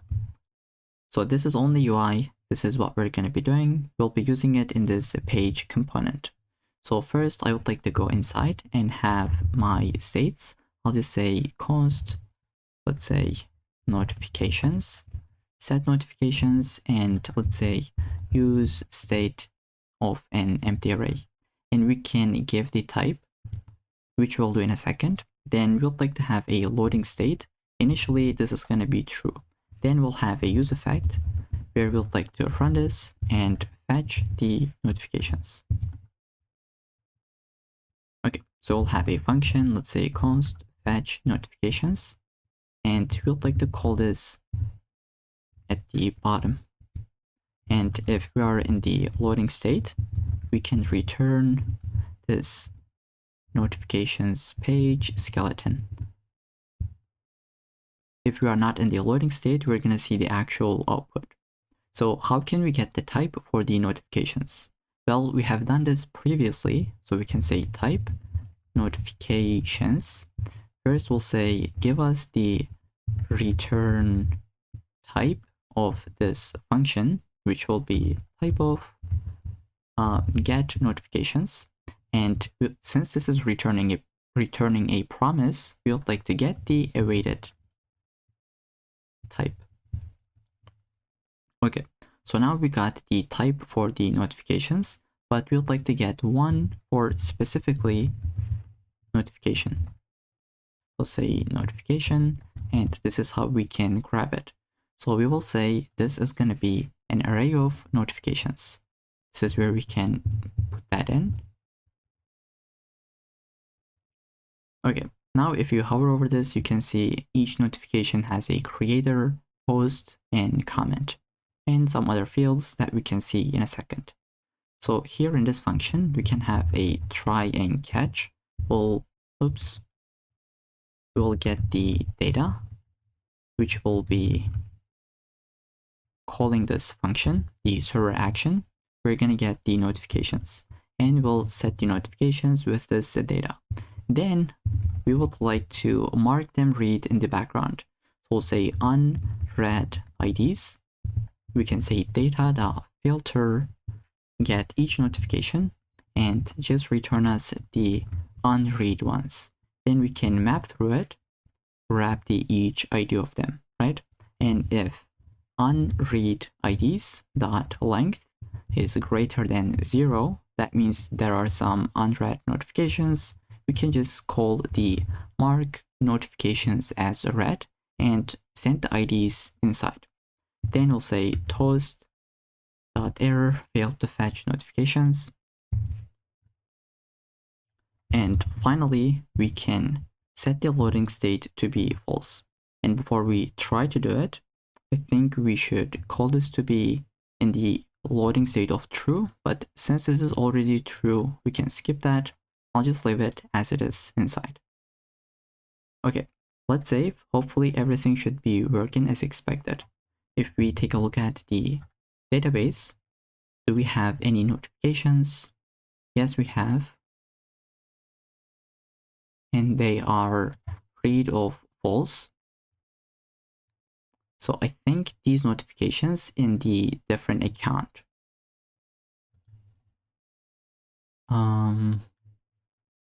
So we're going to check this. I don't remember at the moment.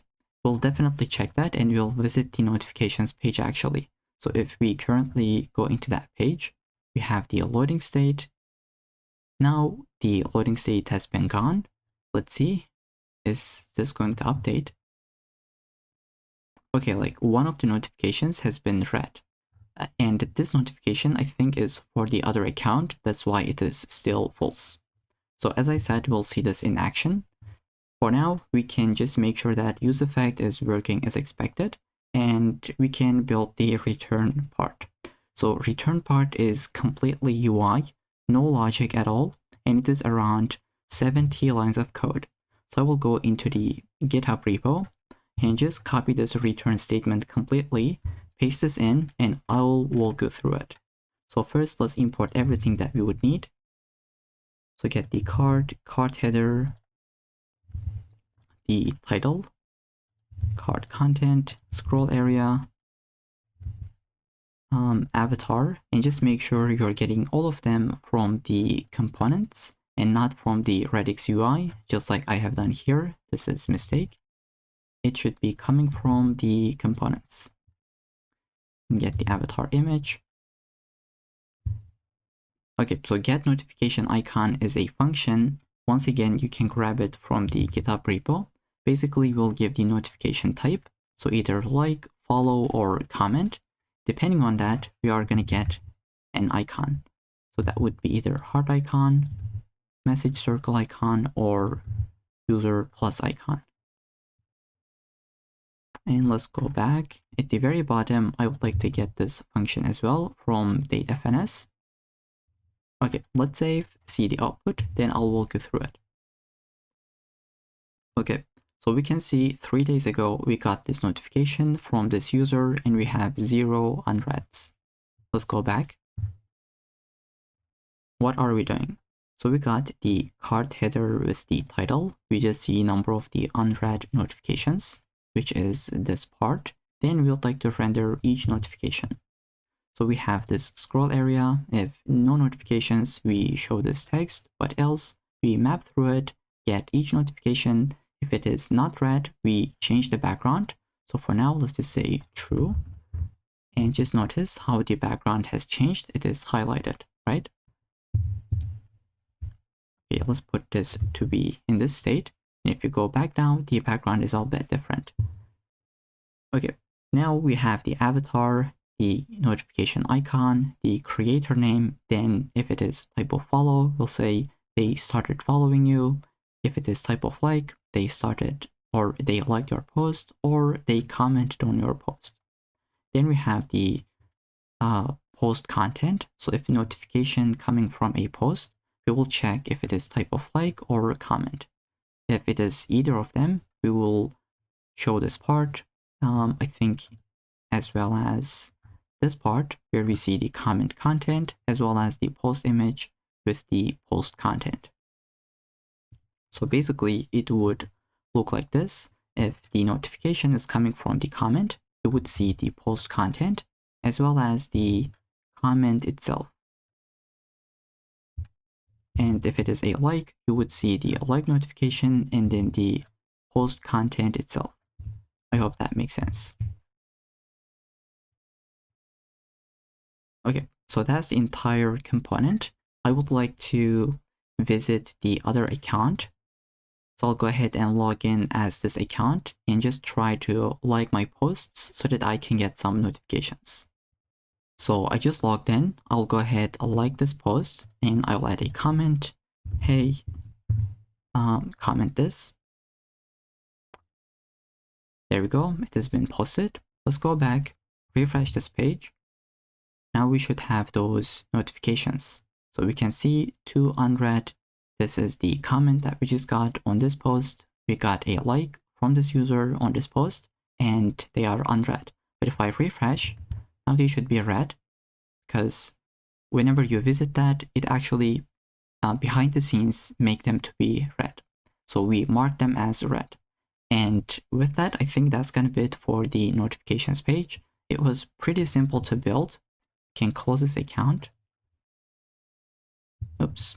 So it was pretty easy to build. We just created 2 different server actions, one for to get notifications and the other one to mark them as read. Then we called this with use effect because behind the scenes we need to mark this as read when we visit this page in the client.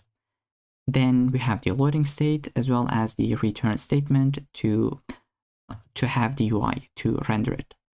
Okay, so with that, that's gonna be it for the notifications page. And in the next section, we can build the user profile. So I'll see you there. So now it is time to build a profile page. If we visit our own profile, we can see from the URL, we have /profile and then the username. And this segment will be dynamic because this can take any username, right? And we would fetch that user profile.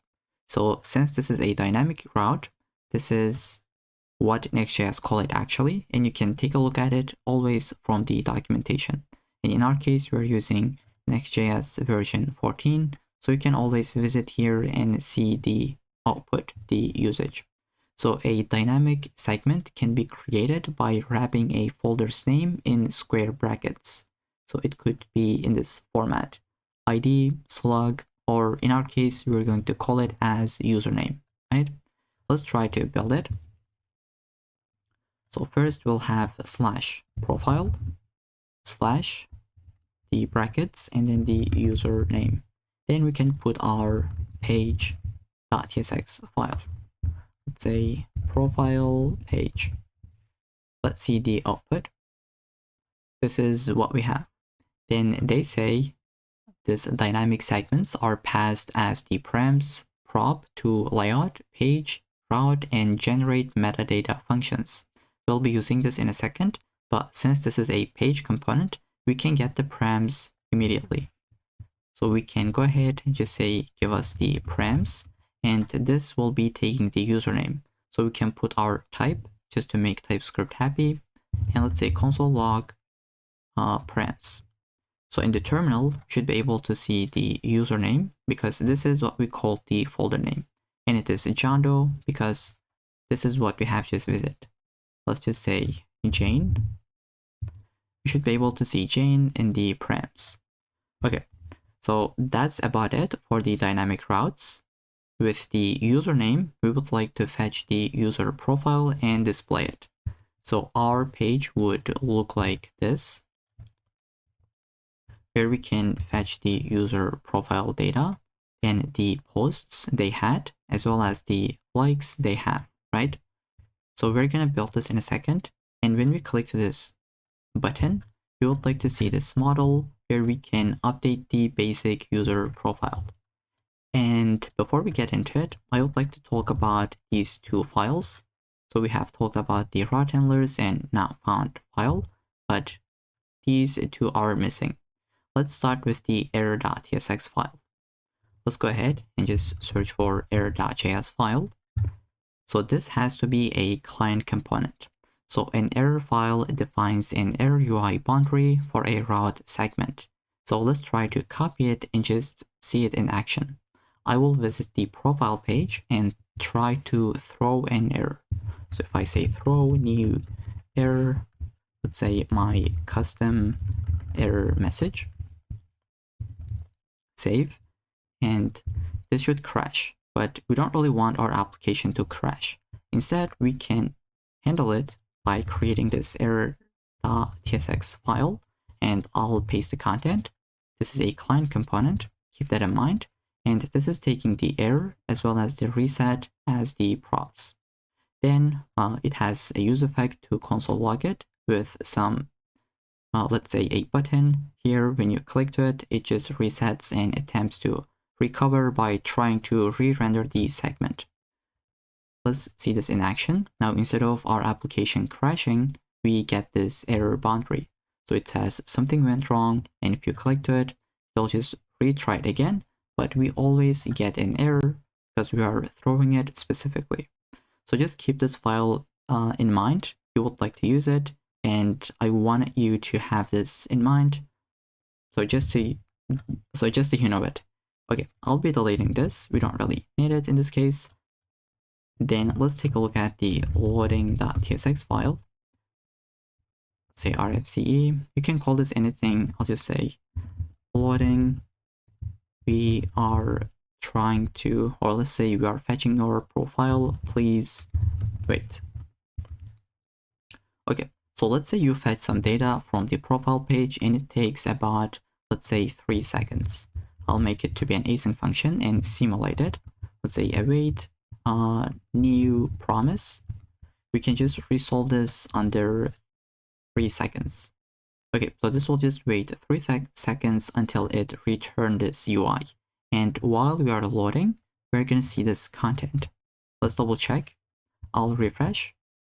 Loading, we are fetching your profile. Please wait. It took around 3 seconds. Then we can see the page content itself. Okay, so this is another file that you can take a look. Loading.js, this can be either a server component or a client component. By default, this file is a server component. Okay, so these are the files that I wanted to mention before we get into the profile page. So now that means we have created, or we at least learn about these two files, and the list is completed. Okay, now let's try to build the profile page. Before we render the UI, I would like to just have some server actions where we can fetch the user profile, get the posts, get the likes, and have this edit profile functionality.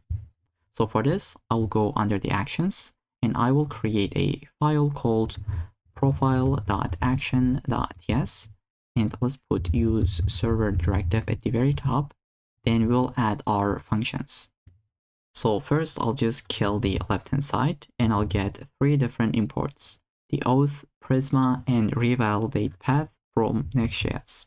Then let's add our very first action, which is going to be used to get the profile by username.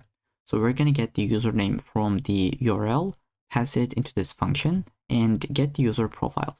So we'll say Prisma user find unique, where this is the username, and select all these fields so that we can display it on the UI and return this user back.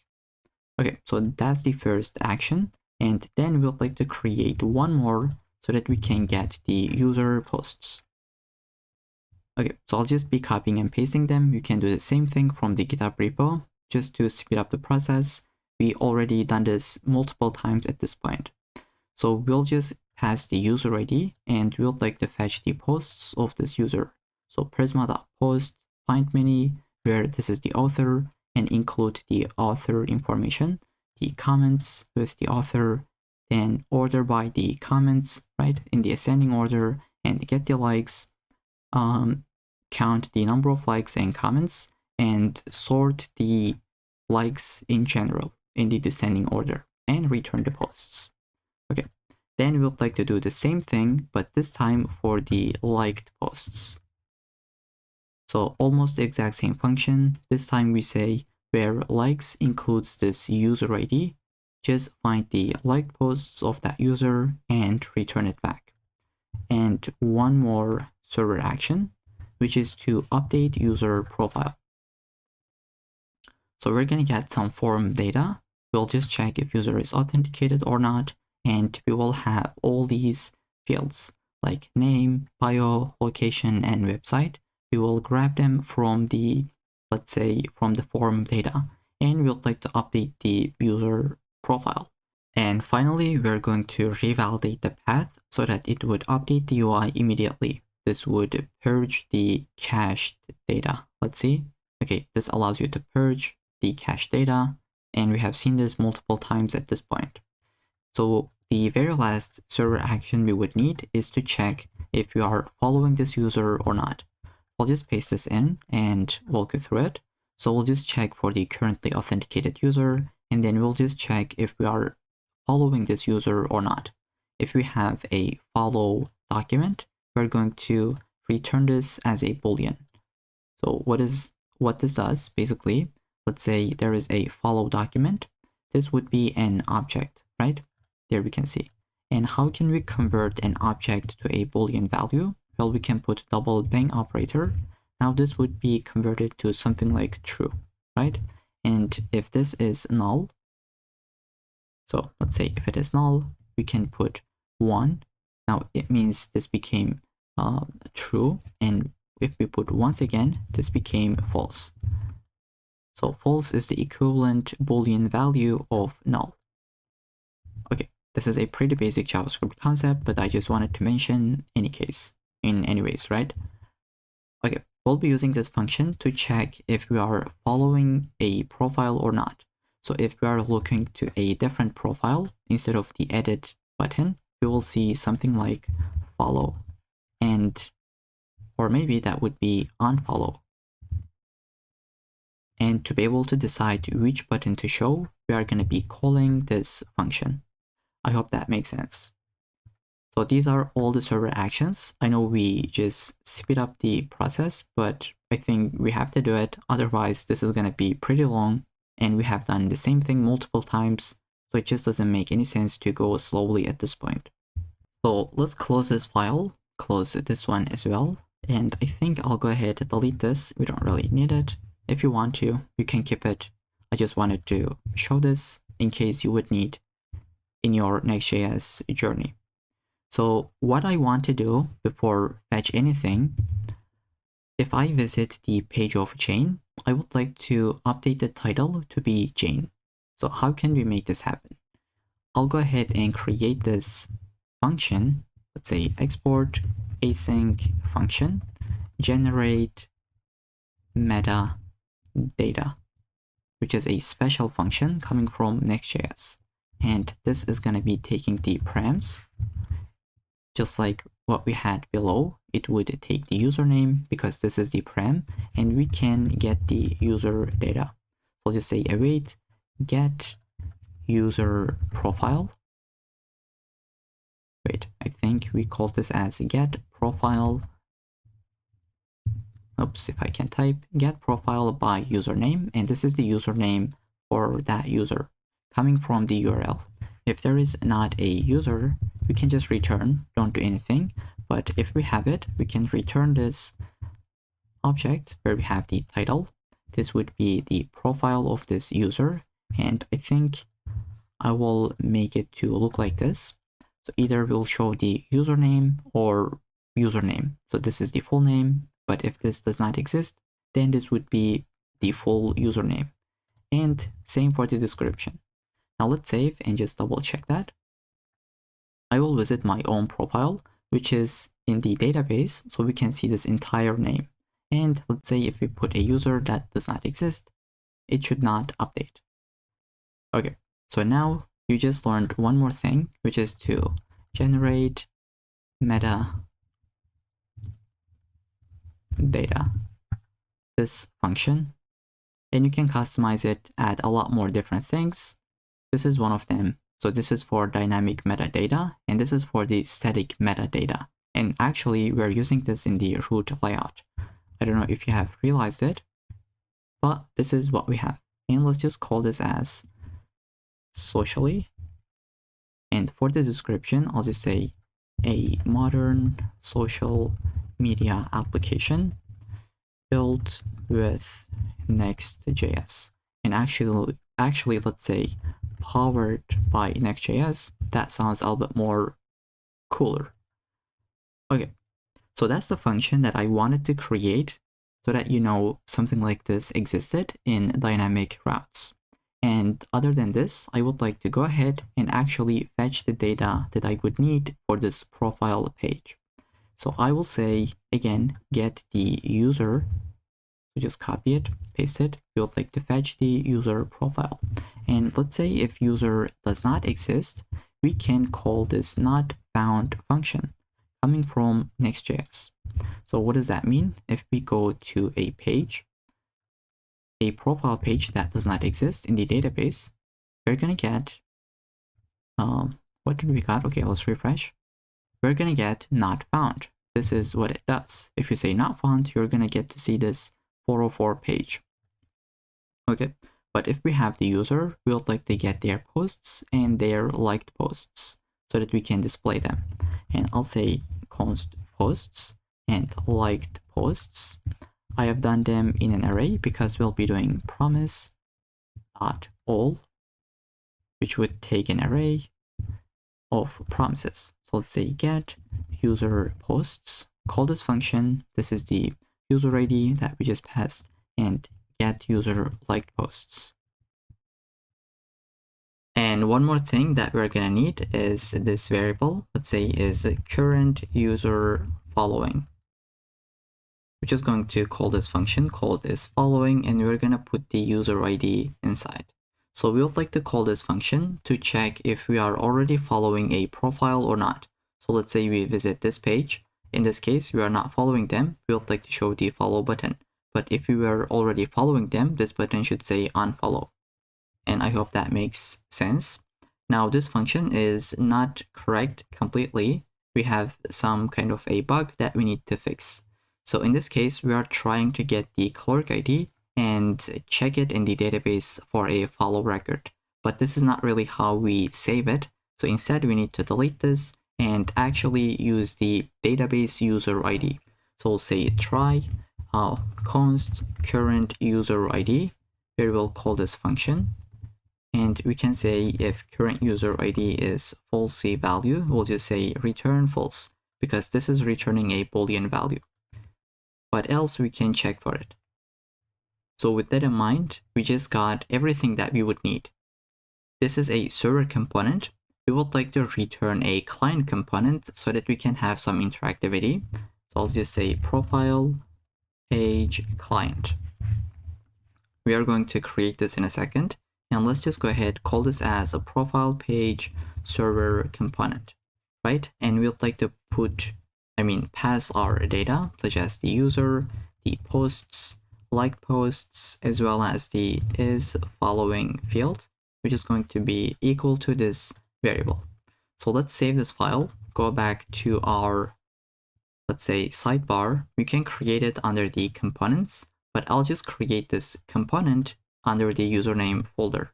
So let's say .tsx. This is going to be a client component, but first let's generate the code, save it, and then add this directive. Okay, so we just imported that, but TypeScript is complaining. So let's go ahead and try to get the types. I'll shrink the left-hand side.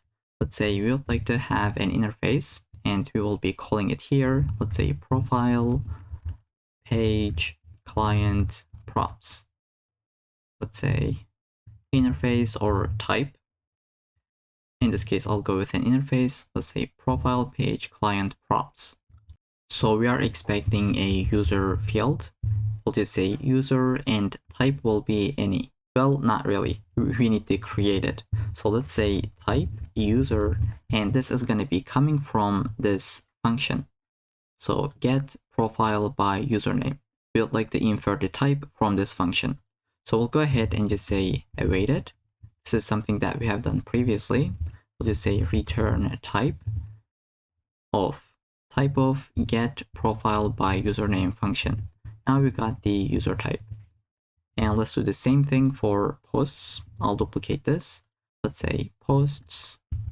And the function that we're going to call is get user posts. The reason is this is what we're doing, get user posts. And it is same for the like posts. So I'll just say posts. It is going to be this type.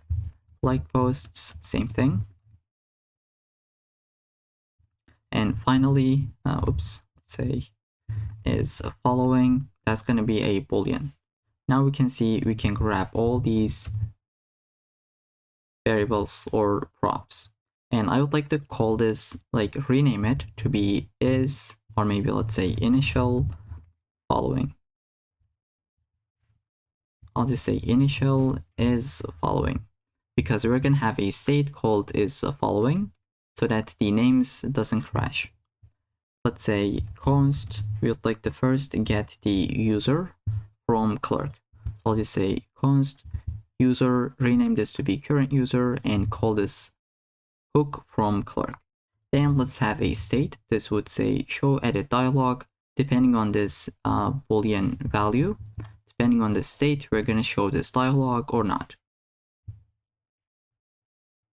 Let's import the use state, and we'll have two different states. This is to check if we are following or not, and we already have the initial state from the database. Then finally, we'll have is updating follow. So when we click to this button, when we click to this button for a second, we'd like to have a loading state, and this is for that. And finally, we'd like to have the edit form data. So here we have this user.name, and this user coming from here. Let's say why this is complaining. Okay, so here it says user is possibly null. But in our case, we just checked if user is null, we're going to return 404 page. So that means user is non-nullable, which is a TypeScript thing that we can add. Let's say non-nullable. Okay, now we just make sure that user already will always have a value. It'll never be null. And by the default, these are the values that we are given for the name, bio, location, and website. They are all coming from the database. And if they are empty, we'll just back it up with this fallback string. Now we can add all of our functions, then we can build the UI. So when we handle the edit submit form, this is what we're going to be doing. We will create a form data, then into the form data, we'll append every single key and value. And finally, we will call this function with the form data. If we got the success message, we can show a success toast. So this is a pretty basic function that you can take a look. We created a form data, append the data into it, then call our update profile server action, which is taking a form data with these values and then update the database. Okay, so that's the very first function that we have. The second one is to handle follow. So when we click that button, we will call the toggle follow function, and it would update the UI, show a toast, and maybe we can say like toast.success, but in this case, I'll just skip that. Let's just handle the catch. And one last variable that we're gonna need is to check if we are in our own profile or not. So we'll say is own profile if the current username is equal to the user profile that we are looking at, or if this condition is correct, that means we are in our own profile. And one last, I promise, which is to format date. And this format will be coming from date.fns. So this formatted date will be used to say member since, or maybe this a joined month and then the year. Okay, so we just got everything that we would need, the functions, variables, states. Now we can finally go ahead and build the return statement. So let's say, just maybe first save this file, save this one as well. We don't really have any errors. Now we can try to implement it. And I'll just delete everything. Let's say we'll have a div, we'll have these class names, or you know what, instead of just typing this out, this is only a return statement that is related to UI only. I'll go ahead, visit the GitHub repo, copy it, paste it, and then I'll just walk you through it step by step. It's a bit long, but I promise I'll just walk you through it every single step of it. So let's just scroll to the very top, and I would like to get 2 different components from Shadcn, which is going to be, the first one is dialog. Let's copy it, and the other one is going to be the tabs, which would look like this.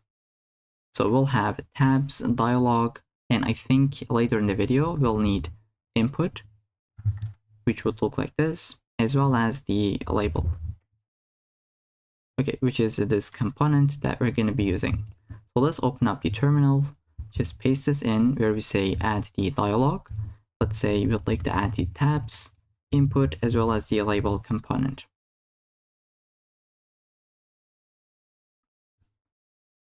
So we got all of them successfully. Let's try to import everything from components and from UI folder. Let me just import all of them and then come back to the video.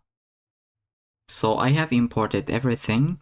I just got a bunch of different icons and bunch of different components coming from the components folder. Now let me just try to walk you through it, this entire return statement, which is around 200 lines of code, but it is just mostly UI. So we have a cart component where we are displaying the user image, and we have some basic information such as the full name, username, and then the bio. Then we have the stats, which are number of followers, and then the posts count. Then we have follow and edit profile buttons. So if user is unauthenticated, we're going to see a follow button, but when they click to it, the sign-in modal would open up. Then we'll say if user is authenticated, but if they are in their own profile, we're going to see the edit profile button, which would change the state so that they can see the dialog. Then if this is not the case, that means they are looking at to a different profile. In that case, we'll show either a follow button or unfollow button. Then we have the location and website.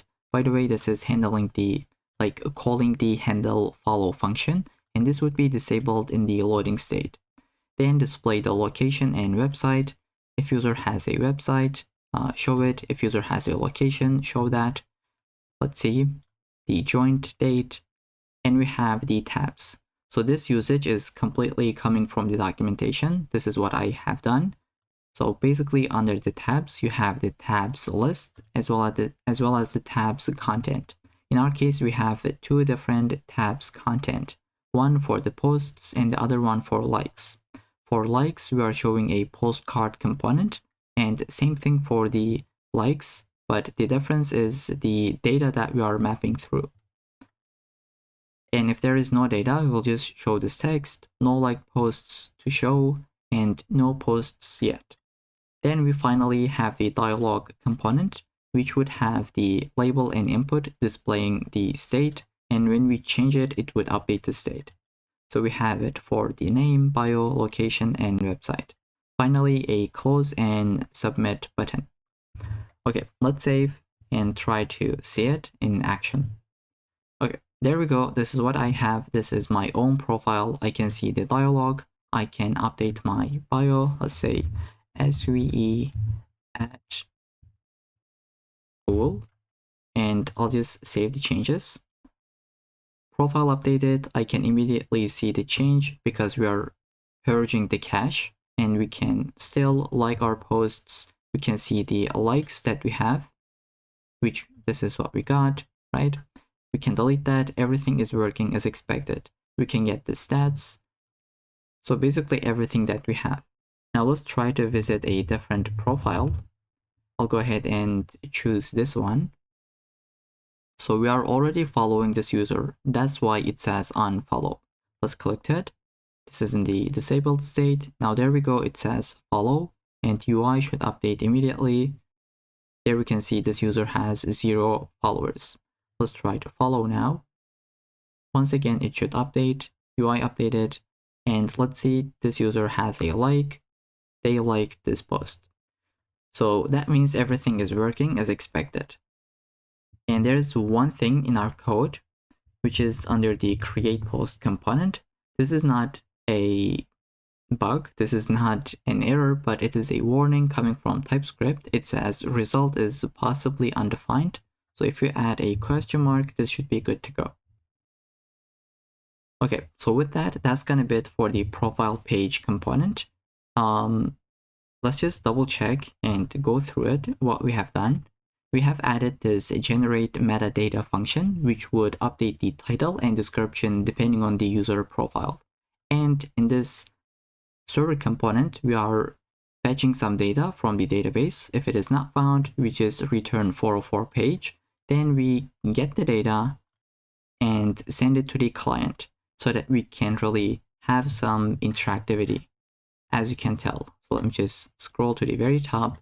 We have some states, some hooks, and at the end of the day, we are still rendering everything as expected. Now, I would like to handle this case. So let's say if we have a profile page that does not exist, we're going to get 404, but I would like to return a better component. So for this, I will visit VS Code under the username. I will create this not-found.tsx file, which is something that we have already mentioned. And you can grab this code from the GitHub repo. It's around 40 lines of code, zero logic, only UI. And I have put some comments. Let's just save and see this in action. There we go. This is how that looks. I think this is a lot cleaner than the default one. So we can go to the home page. I don't know why I have the same button twice, but you can customize it however you would like to. Okay, so that's gonna be it for the profile page, and hopefully I'll see you in the next section. And I have just realized we are looking at our own profile and it says follow. Let's try to refresh. I think that was a temporary bug, but now we don't really have that problem. If we refresh, it says edit profile. We can get this model. And I think we didn't test this out. Let's try to see it. If we can we put a location as well as a website? So I'll just say HTTPS, say google.com. I'll save the changes, and if we click to them, it should take us to the google.com. This is what we got, and we can see the location as well. So with that, that's gonna be it for this section. So currently in our application, we can only share simple text, but we would like to also share some images, just like what we have here in the demo application. We would like to click to this button, get to see this component, and drag and drop some files. And when we upload them, we would like to see this preview where we can either share it or just delete it. And for this images, we'll be using a service called UploadThing, which has a pretty generous free plan that you can use. 2 GB of storage for $0, which is way more than you would need, right? So let's go ahead and sign up. I have already done this. I will visit my dashboard and I have a previous application. Let's go ahead and create a new one just from scratch. App name, let's just call this, what the hell is this? Okay, let's just say app name is gonna be, I don't know, let's say socially. Let's go with the free plan. I'll just leave everything as it is and create the application, which would give us an API key. So let's go ahead and copy it, then visit VS Code, paste this in, and whenever you upload files, you'll be able to see them under this files folder. Now let's visit the documentation. I'll click to it, and we'd like to go with Next.js app router. They have a couple of different steps, so let's go ahead and go them one by one. Open up the terminal and paste this in where we'd like to install UploadThing and UploadThing React. Once this is done, we'd like to add our environment variables, which we have already done. Oops, let me just zoom in.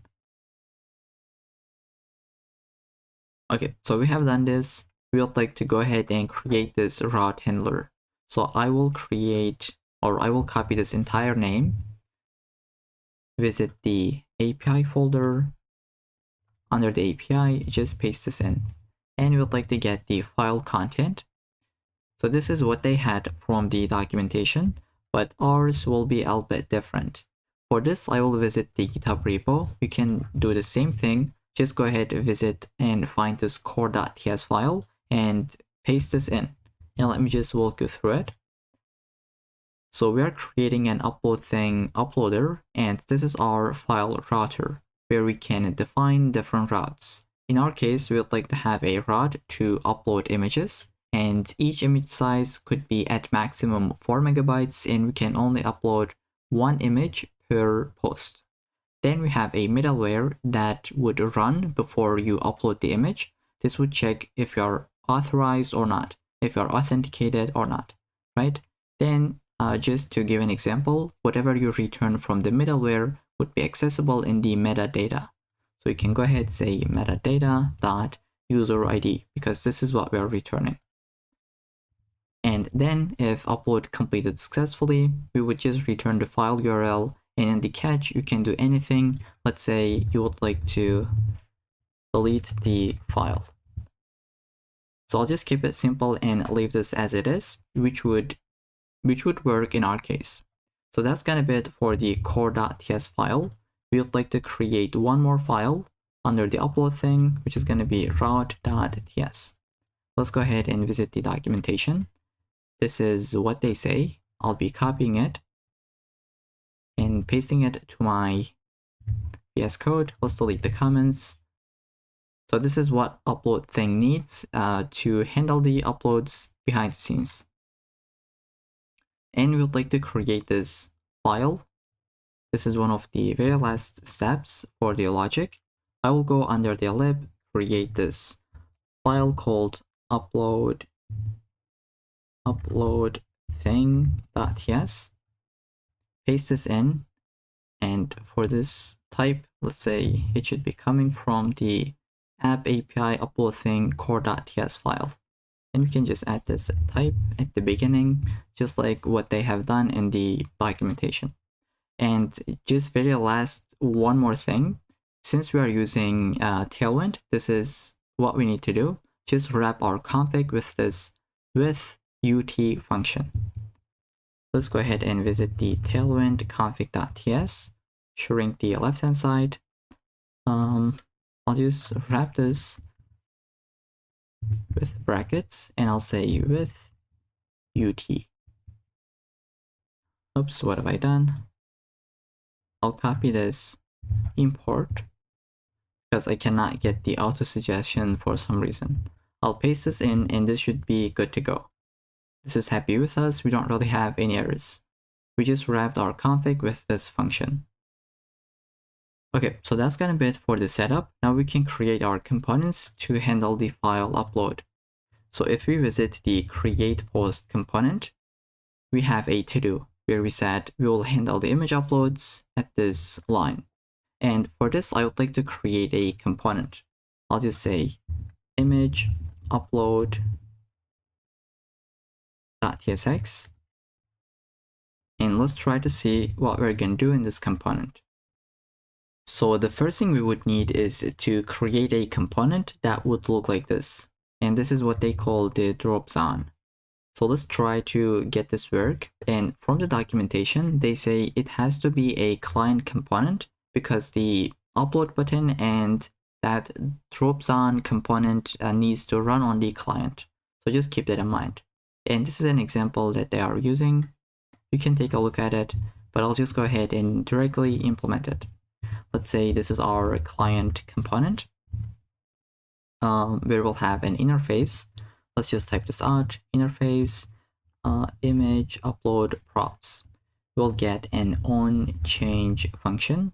Let's say this is going to take a URL, which is going to be, let's say, string. And this is not going to return anything. Let's say void.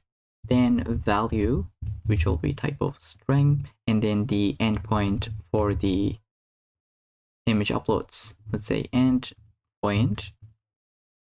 And in our core file, we have called this as a post image. So just keep that in mind. Let's say this is going to be called as post image. So with that, now let's go ahead and say we are going to get an object, which would be this type image upload props, and destructure all of them. Then in the return, we'll have this. Let's delete everything. I'll have upload drop zone component, and this is going to be coming from lib upload thing. And we'll have the endpoint.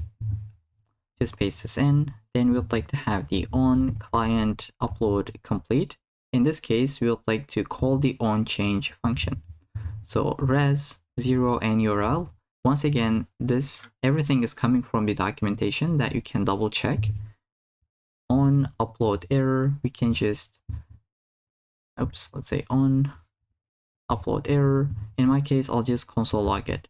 Let's get the error, which is type of error, and we can wrap this.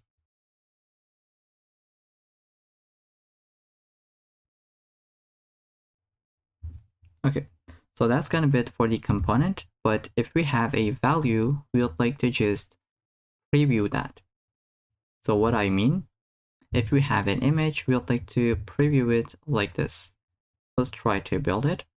I'll say if we have a value, we would like to return something else than the drop-down component. Let's say return this part, which I will copy and paste, where we have an image as well as an X icon.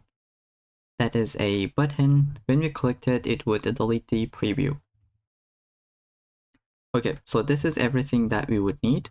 Basically, we have built this UI as well as this one. Now we can go into the create post component and actually delete this to do and try to implement that. So let's say if we have this state called show image upload as true. So let's say if this is true, show image upload, or if we have an image URL, we'll like to render this part where we have a div, last name, border rounded large, heading of 4, and we'd like to have image upload component that we have just created, and we'll pass some props into it.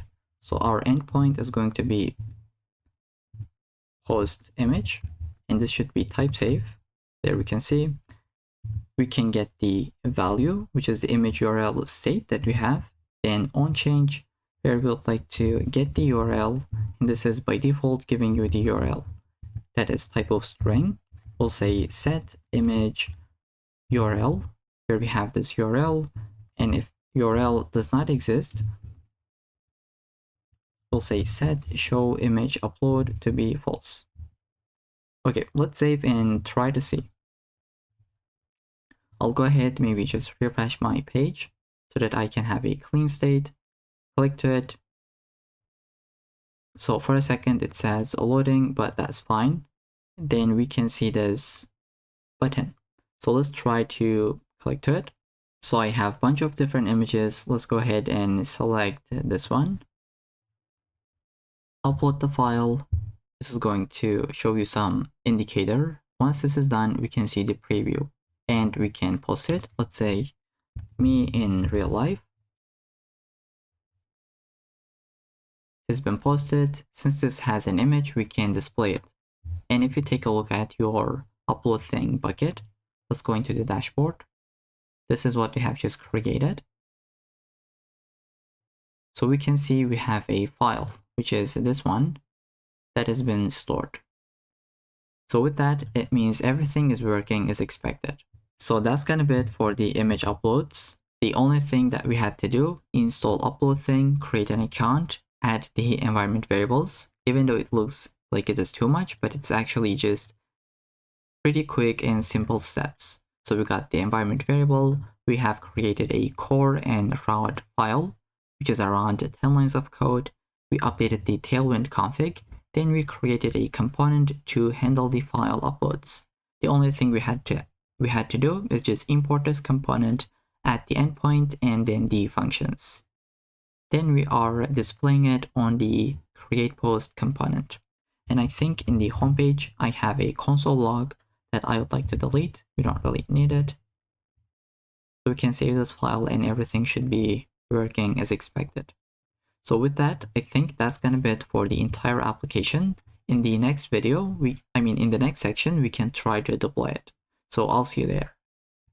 So now that we have built the entire application, it is time to deploy it. First, I'll open up my terminal and just kill this one, as well as kill this process with Command C or Control C. Then I would like to just say npm run build.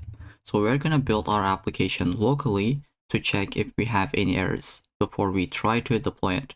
Because if we have some errors, we should first fix it locally, then deploy it. Otherwise, we'll get the exact same errors in deployment. And for the deployment, we're going to be using Vercel. Probably you have already guessed it. And as you can tell, we don't really have any errors. Build was done successfully. So with this in mind, let's go ahead and maybe visit our GitHub repo. And I'd like to create a new one. So I will call this as Next.js course. And while you're watching this video, this is going to be public. But for now, until I publish this video, I'll go with the private option. So if you're following along, you don't really have to select this one. You can go with the public. Then I'll just say create the repo. So we already have a repository. That's why I'll copy this.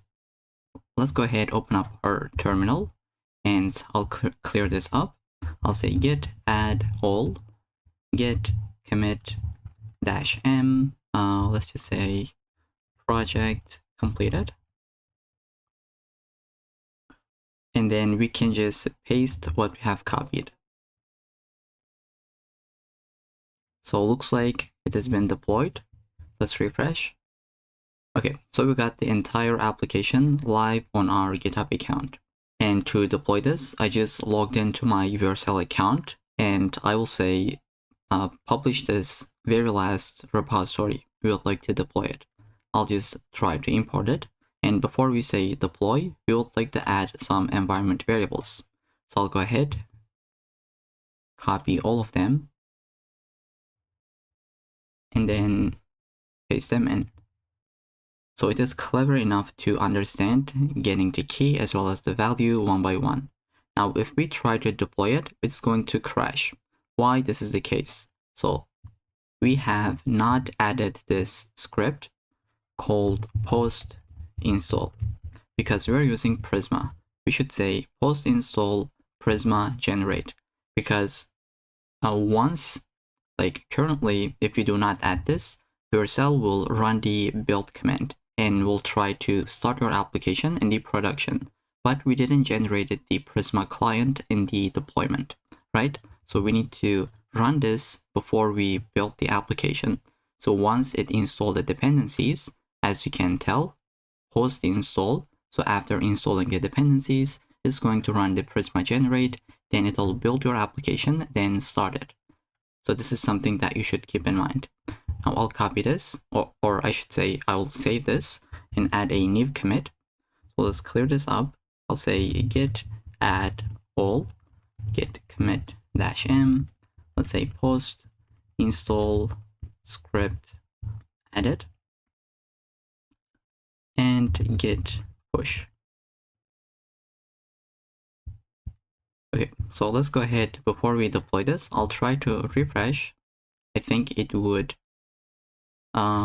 discard that. So let me go back actually. Okay, so I just went back. This is where we'd like to deploy something, and this is just had a new commit. Let's say import. So we'll just do the same thing from scratch. Into the environment variables, we're going to go ahead and paste this in, not this one, but the environment variables. So I'll copy everything and paste this in. Now we can just say deploy it, and you can leave everything as it is. So this is going to take around 1 to 2 minutes. Once this is done, I'll just be right back. So it has been just deployed. Let's just visit the dashboard. And this is our domain. So let's click to it. Hopefully it should be alive, and we're going to test out every single feature. Okay, so these are the posts that we have created.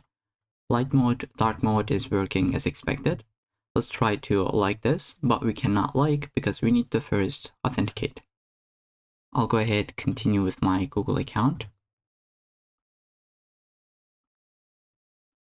Okay, so now we can like posts, add comments.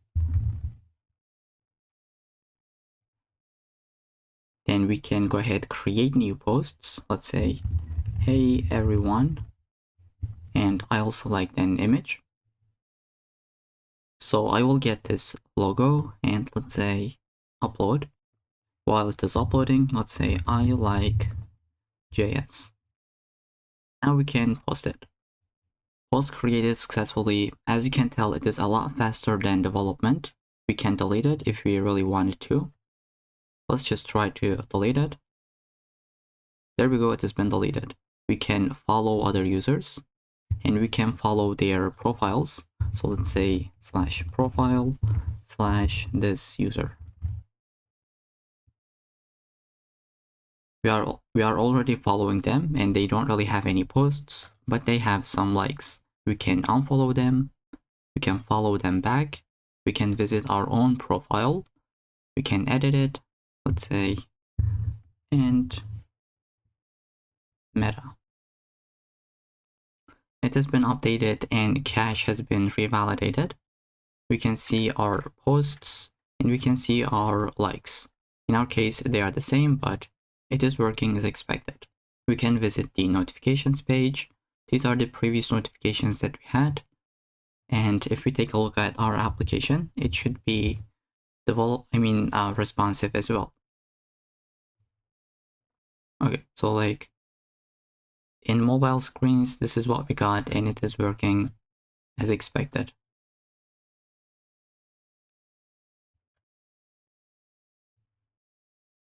So we can manage our account and we can sign out. So this is the entire application that we have just built. I hope you enjoyed it and learned something new from it. I hope this was a nice introduction to Next.js. There is a lot more to learn. There's a lot more to improve in this application, especially the code base. You can take your time and add more features or even optimize what we have created up until now.